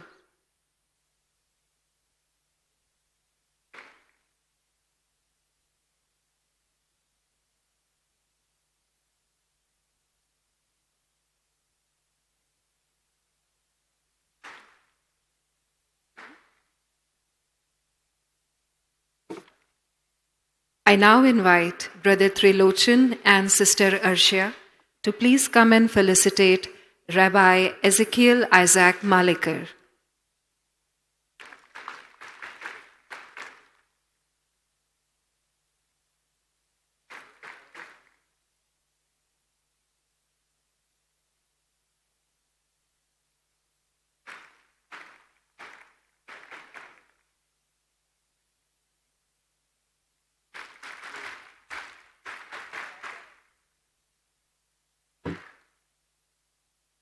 I now request Brother Srinivasan and Brother Harpreet to please come and felicitate Miss Sophia Bentowns.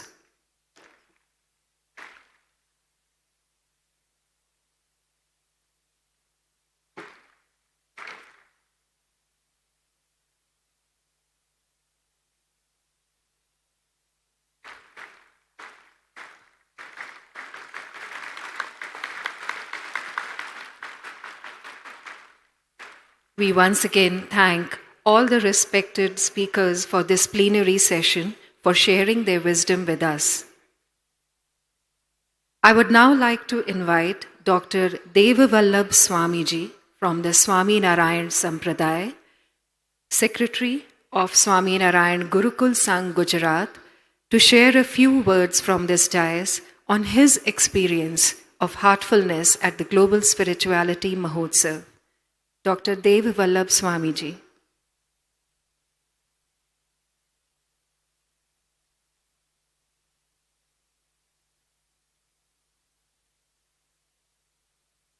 We request all our respected speakers to please gather together for a group photograph as a memory from this plenary session.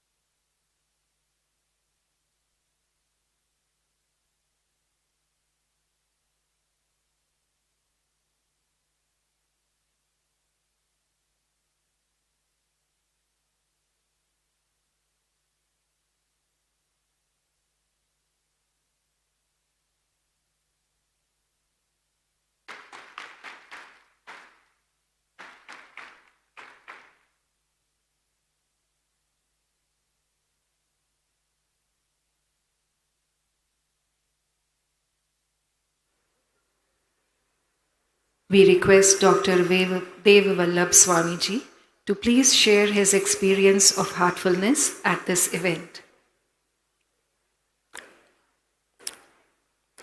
इस global spiritual महोत्सव का सब आयोजक और आप उपस्थित सब भक्तगण जिज्ञासु साधकों को मैं हार्दिक अभिवंदन करता हूँ, वंदन करता हूँ। मैं कई साल के पहले आया था यहाँ, सब देखा था, ऐसा हुआ कि यही अपना असली घर है। तो इस महोत्सव में आया, मैंने निकट से महसूस किया कि दाजी हमारे सबके जो प्रिय है, वो इतना हम्बल नंबर विजनरी मैन है, आप सब ने अनुभव किया है। शास्त्रों में लिखा है, नायम आत्मा प्रवचने न लभ्यो न मेधया बहुना श्रुतया। जो आत्म तत्व है वो प्रवचनों से नहीं पाया जाता है, क्योंकि वो मन वाणी से पर होता है। तो यहां आपने उसका नोट किया हो या न किया हो तो कर लेना, यहां सुबह साँझ कहीं प्रवचन की बात ही नहीं होती है। दूसरे महोत्सव में आप जाएंगे, धर्म स्थानों में जाएंगे, तो आपको एक बात दिखेगी कि वहां प्रवचन ही चलते रहते हैं। यहां कुछ प्रवचन है प्रैक्टिकल ध्यान, और ध्यान करने से उसका आत्मा का चेंज होता है। मैंने किया है, दादी के साथ मैं भी पहले बैठा था, देखा जैसे कि गुड़ की बात करने से किसी को पता नहीं चलता कि गुड़ का स्वाद कैसा होता है, लेकिन जब गुड़ खाता है ना तो उसको पता चलता है कि गुड़ कैसा है। ऐसे दादी कुछ बात नहीं करते, बता देते हैं। हमारे शास्त्रों में लिखा है कि परमात्मा कभी किसी को कुछ कहने या लेने या देने से नहीं आते, लेकिन अपने बंदों, अपने ऐसे महापुरुषों को भेज देते हैं जो समाज का उत्थान करते हैं। तो दाजी भी ऐसे एक महापुरुष है। मैं भगवान को हार्टली प्रार्थना करूं, शतम जीवे शरदः। दाजी के द्वारा ये पहली शुरुआत है। हमने बहुत महोत्सव देखे हैं, सुने हैं, लेकिन एक मंच पे सभी धर्माचार्यों के एकत्र करना और सारे विश्व के लिए शुभकामनाएं करना, suppose is a first incident. यह पहला शुरुआत है और आगे चलेगा। यहां 3-4 दिन से मैं सुन रहा हूं, बड़े बड़े मंडलेश्वरों, महात्मा लोगों ने अपना जो चिंतन था उसकी अभिव्यक्ति किया। उसमें एक बार आपने नोंधा कि पीस के लिए अपने आप से शुरुआत करना है। ये शास्त्र, ये सदगुरु अपन को राह बताते हैं, they show a way but can not walk on it, we have to walk on. तो यहां आए हैं आप सब, तो आज से शुरुआत करना। यहां की गिनरी, nature is next to God ऐसा कहा जाता है।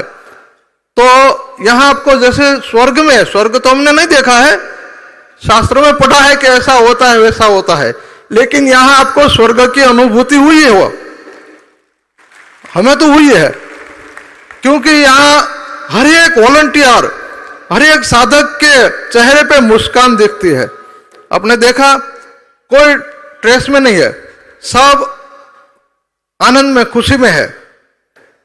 तो ये जो महोत्सव है उसकी सफलता इच्छता हूं, और हम साथ सब मिलकर, क्योंकि हमारे वहां प्राचीन नरेंद्र भाई मोदी जी ये अमृत काल बहुत इस दिशा में काम कर रहा है, इसीलिए कि हमारे पास इतना समृद्ध वारसा है, लेकिन हमें उसका पता नहीं है। जैसे कि कहा जाता है कि कस्तूरी मृग की नाभि में कस्तूरी होती है, लेकिन उसका पता नहीं है तो उनकी सुगंध के लिए वन वन में भटक भटक के थक जाता है। लेकिन हमारे यहाँ वेद, उपनिषदों, शास्त्रों, सभी संप्रदाय का सम्मान होता है। सभी महापुरुषों ने बहुत बढ़िया बातें बताई है, तो समृद्ध वारसा है, तो हम उसको उजागर करें, उसको पहचाने। और हम ही सिर्फ नहीं, हमारा आदर्श है सर्वे सुखिनः भवन्तु, सर्वे सन्तु निरामयाः, सर्वे भद्राणि पश्यन्तु। ये हमारा उपनिषदों का आदर्श है, वसुधैव कुटुम्बकम, और सब सुखी हो। तो उसमें दाजी ने लीडरशिप किया है। एक बात समझ लो, हम सबको उन्हें तन मन धन से सपोर्ट करने का है। जैसे कि भगवान कृष्ण ने गोवर्धन उठाया था ना, तो सब गोप बालकों ने अपनी अपनी लाठी टिकवाया था। ऐसे हम सबको सहयोग देना है। बहुत अच्छा काम है। ध्यान के प्रैक्टिकल सेशन होते हैं, और आप भी एक बार उसका स्वाद चख जाते हैं ना, तो फिर नहीं छोड़ेंगे। तो सब महात्मा लोगों ने यही बात बताई, और इंडियन कल्चरल मिनिस्ट्री और ये हार्टफुलनेस ने ये जो प्रोग्राम का आयोजन किया है और सक्सेसफुली किया है, उस सबको मैं खूब खूब धन्यवाद देता हूँ, अभिनंदन करता हूँ। यहाँ का एक बात मुझे बहुत जची है, उसको याद रखने का। किसी भी वक्ता ने उसकी ओर आपका ध्यान डाइवर्ट नहीं किया है, वो है सफाई। इंस्टीट्यूट का 3-4 अनमोल चीज है। जैसे कि एक सफाई का काम होता है। हम पानी गिलास में अच्छा पानी भरना चाहेंगे तो पहले गिलास को वॉश करना पड़ेगा, साफ करना पड़ेगा ना, नहीं तो पानी बिगड़ जाएगा। तो सफाई का काम होता है, वो बहुत बढ़िया है। उसके बारे में सोचे, समझे और सीखे। यहाँ के वो जो टीचर्स है वो आपको अच्छी तरह से बताएगा। बुक में भी लिखा है सफाई की बहुत आज के समय में जरूरियात है, क्योंकि आज का हमें टेंशन है। पढ़ता है तो पढ़ाई में टेंशन, अच्छी टकावारी लाने का। जब पढ़ाई पूरी होती तो जॉब का टेंशन, फैमिली का टेंशन, टेंशन ही टेंशन है। उससे छुटकारे का उपाय ये है सफाई का कार्यक्रम, बाद में मेडिटेशन, प्रेयर, सब अच्छे अच्छे फैक्टर है। तो हमें इस अवसर पे जो आप सबको हमारा जो विचारधारा थी, हमारा जो अभिव्यक्ति है, उसको प्रेजेंट करने का जो मौका दिया है, मैं आप सबको इसीलिए खूब खूब आभार मानता हूँ। अस्तु, धन्यवाद। जय स्वामीनारायण, जय भारत माता। धन्यवाद Dr. Dev Vallabh Swami ji. Now I invite Dashwinder and Manjunath to felicitate Swami ji.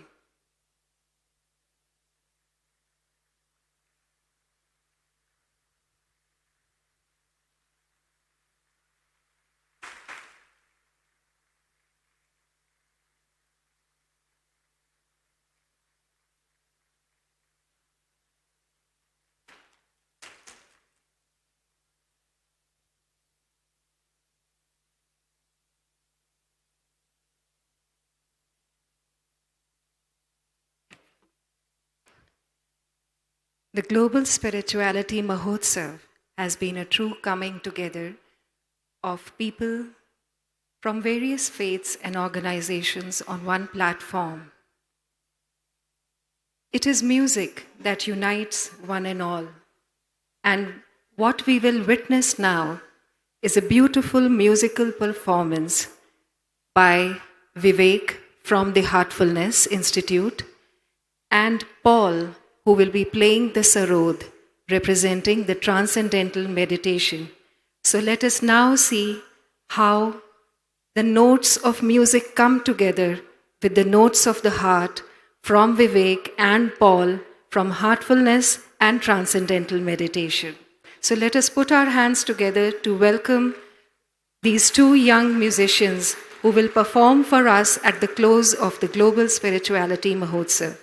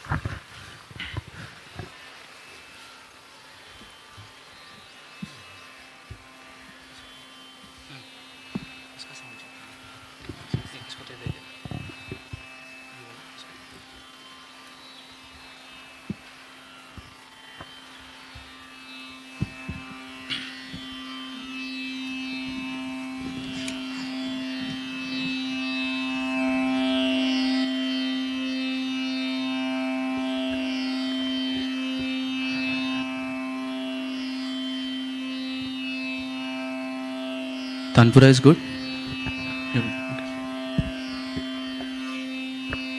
Just checking the tabla part.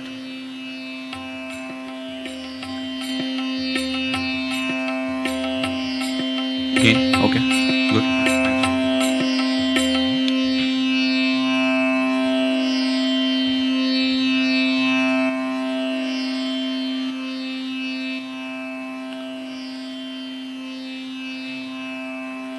Good morning to one and all present here.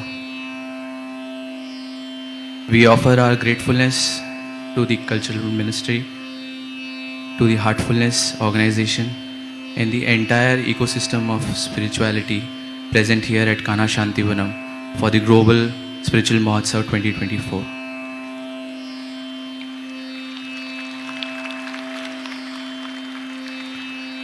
We are today going to perform one bhajan and ending it with a rag Bhairavi, which is a rag in Indian classical music which states a successful completion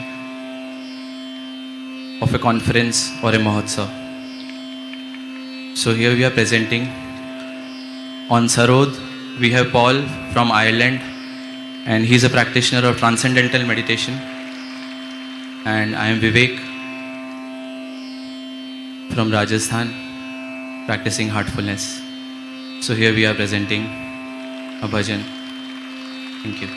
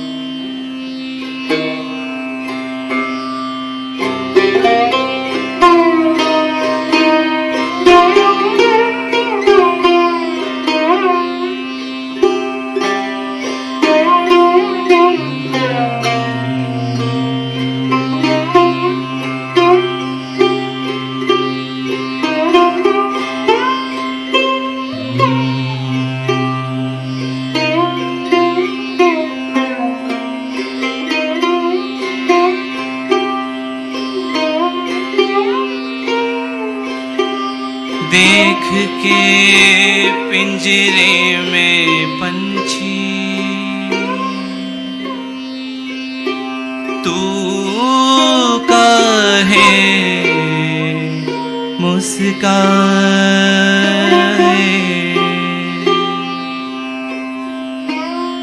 देख के पिंजरे में पंछी तू काहे घबराए, हम सब हैं इस जग में कैदी, ये तू समझ नहीं पाए।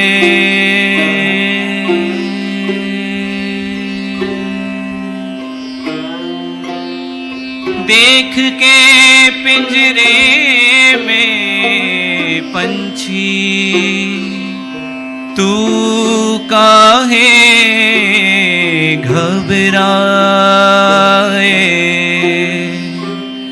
देख के पिंजरे में पंछी तू काहे मुस्काए। हम सब हैं इस जग में कैदी, ये तू समझ नहीं पाए।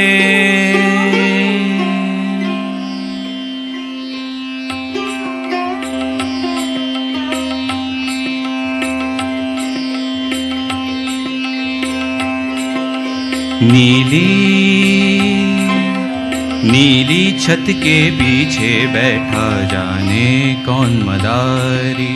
नीली छत के पीछे बैठा जाने कौन मदारी। जैसे जैसे नाच नचाए नाचे दुनिया सारी। नीली छत के पीछे बैठा जाने कौन मदारी। जैसे जैसे नाच नचाए नाचे दुनिया सारी। नीली छत के पीछे बैठा जाने कौन मदारी।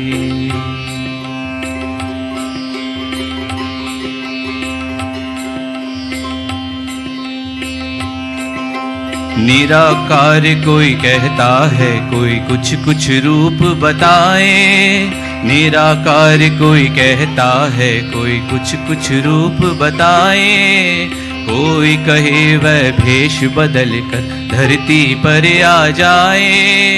कोई कहे वह भेष बदल कर धरती पर आ जाए। कोई कहे वह कण कण में है।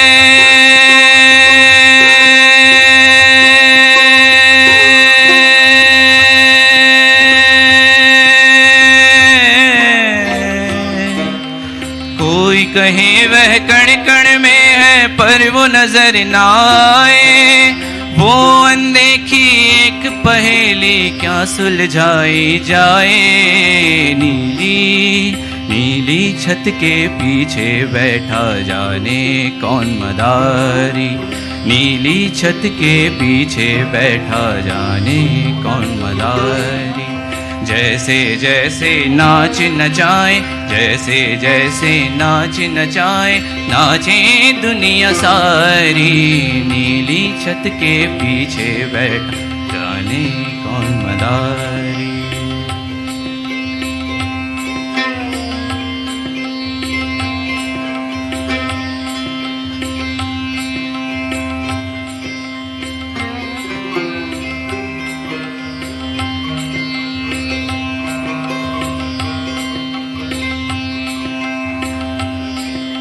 सुनते हैं उनकी आंखें हैं सूरज चांद सितारे। कब कब हम करते हैं क्या क्या पल पल हमें निहारे। सुनते हैं उनकी आंखें सूरज चांद सितारे। कब कब हम करते हैं क्या क्या पल पल हमें निहारे। मछली को क्या लेना है। मछली को क्या लेना है उछले सागर के धारे। उस शक्ति की भक्ति कर ले ओ बंदे मत वाले। नीली छत के पीछे बैठा जाने कौन मदारी। नीली छत के पीछे बैठा जाने कौन मदारी। जैसे जैसे नाच नचाए दुनिया सारी। नीली छत के पीछे बैठ जाने कौन मदारी।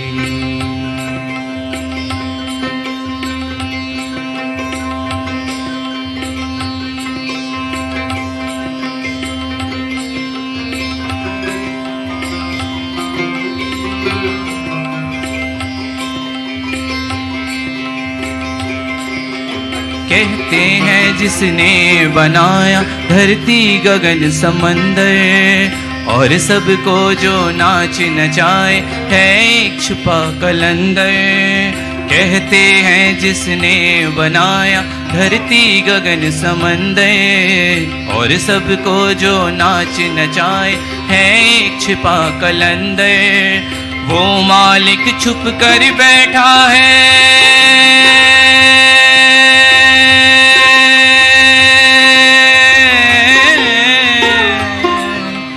वो मालिक छुप कर बैठा है हर इंसान के अंदर। प्रेम भाव से सबसे मिलना इस दुनिया में Sikandar.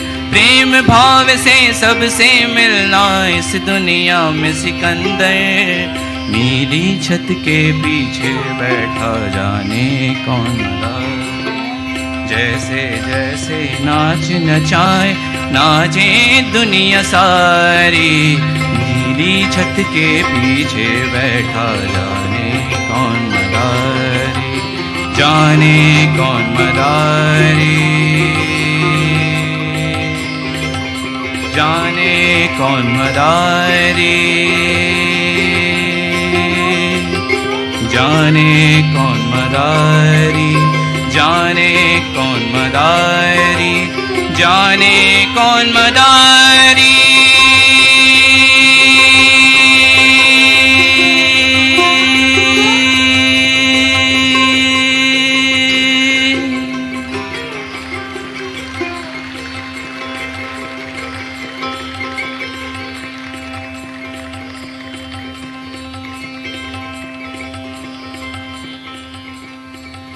Thank you very much. We are just going to conclude it with 2 lines.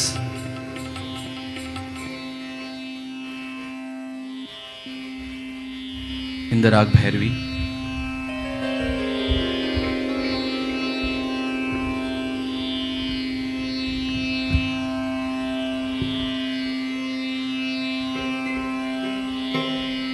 I'm sure we are all familiar with this next rendition coming up. मिले सुर मेरा तुम्हारा तो सुर बने हमारा। यहाँ पे हम सभी लोग अलग अलग सुरों के साथ एक माला में उन सुरों को पिरोने आए हैं। So here we are with the Rag Bhairavi, मिले सुर मेरा तुम्हारा।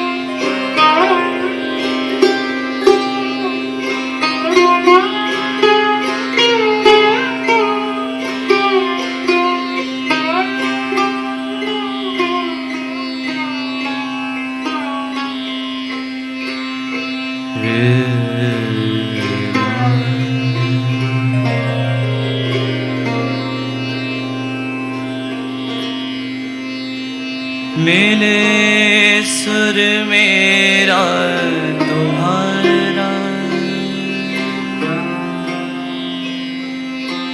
मिले सुर मेरा तुम्हारा,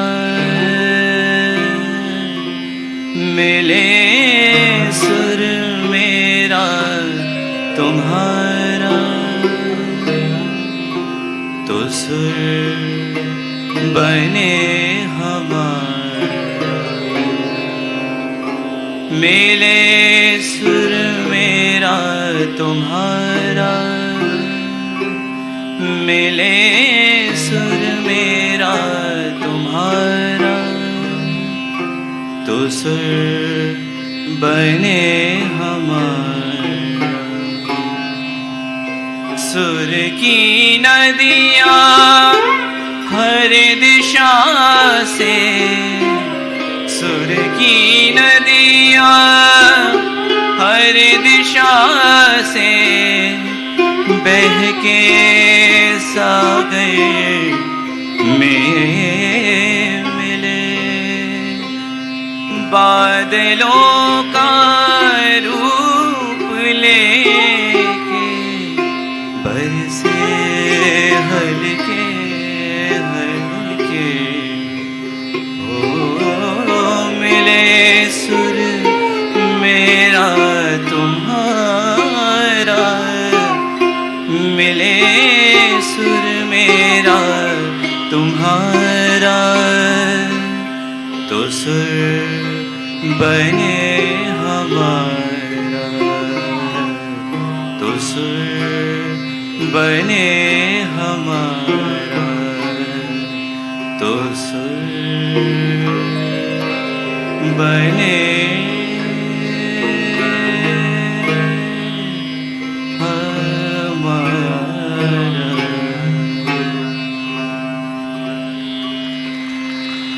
Thank you so much. Thank you very much.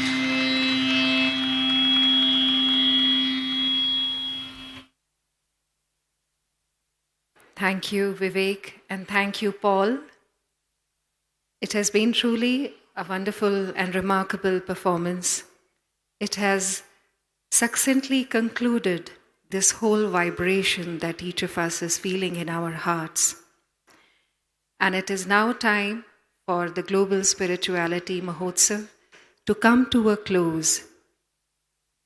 A historic moment, a historic time, which we have all been witness to, and which will reverberate in our hearts for eternity. I would now like to invite Brother V. Srinivasan from the Heartfulness Institute to please come forward and propose the vote of thanks.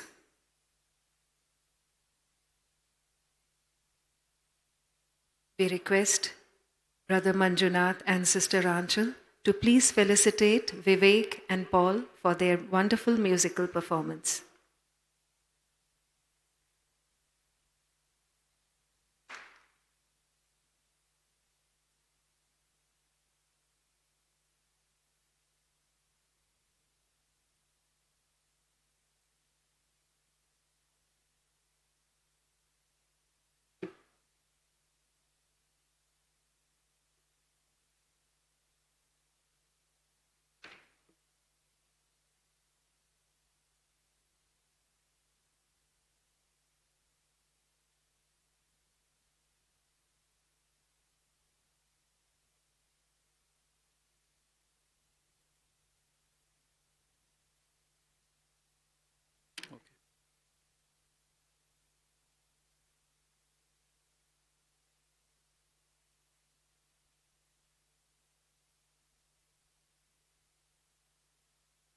A very good afternoon, sisters and brothers, as we veer to the end or conclusion of this really landmark and joyous celebration.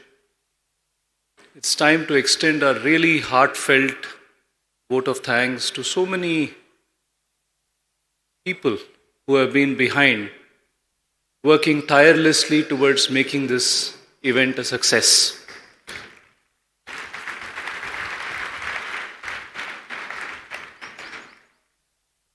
At the very first, our deepest gratitude to the Ministry of Culture, Government of India, who have been at the forefront of supporting this event, giving us their valuable guidance with their resources, with their expertise, technical support, and in so many other ways towards enabling this event to be hosted at Kanha Shanti Vanam. So please, let's give a big round of applause to Ministry of Culture. We also thank and are indebted to all the core committee, all the organizations who are part of the core committee of this celebration. We also thank the various supporting organizations who have been associated closely with the core committee and the working team towards making this event a great success. It would be really words fall short, but we extend our heartful gratitude to all the residents of Kanha Shanti Vanam, volunteers and staff who have very, very generously, open-heartedly made themselves available to support this event. May I request all of us to please give them a very big applause. Over the last 30 days since this event, after this event was formally announced, I think the entire Kanha Shanti Vanam management team, residents have all come together to give support and make this event a great success. Lastly, and most importantly, two things. Such an event would not have been possible to host, to convene, without the guiding love and inspiration of Pujya Daaji. Let us all, from the bottom of our hearts, convey our deepest gratitude, and let's give a very big applause for Daaji's inspiring force. A year back, when we were in Delhi, Pujya Daaji had discussed and proposed the possibility of Kanha Shanti Vanam hosting the event to the ministry, and he has been, supporting, guiding us through this entire journey, and today we are here having this event. And of course, an event of this size, scale, and magnitude, and the kind of participation, as was being said today morning, we had invitations sent to over 500 plus spiritual, religious, and faith organizations globally. We had almost about 300 plus organizations responding back, and many of them have participated either through their physical attendance and participation. Some of them have set up stalls, some have contributed towards the different experiential activities here, and above all, the participation has really been overwhelming. So we really understand that this event has been accomplished in very short time. 30 days for an event with over 50,000 participants means that there has been great support and help to us from the very divine. And I think from the bottom of our hearts at Kanha Shanti Vanam, let us all prayerfully acknowledge this, and we thank the divine for being behind this very ennobling cause. So with this, we come to the conclusion of this event. We thank on behalf of the organizing committee. We thank all of you since morning who have come here, who have been part of these proceedings, who have encouraged all our speakers through the course of their sessions. I hope it has been all very enriching, and we wish you all the very best and look forward to your participation in the next series of events which will unfold here on through the Global Spirituality Mahotsav. So thank you once again, and you may all join for lunch after this at the dining hall. Thank you so much. Thank you.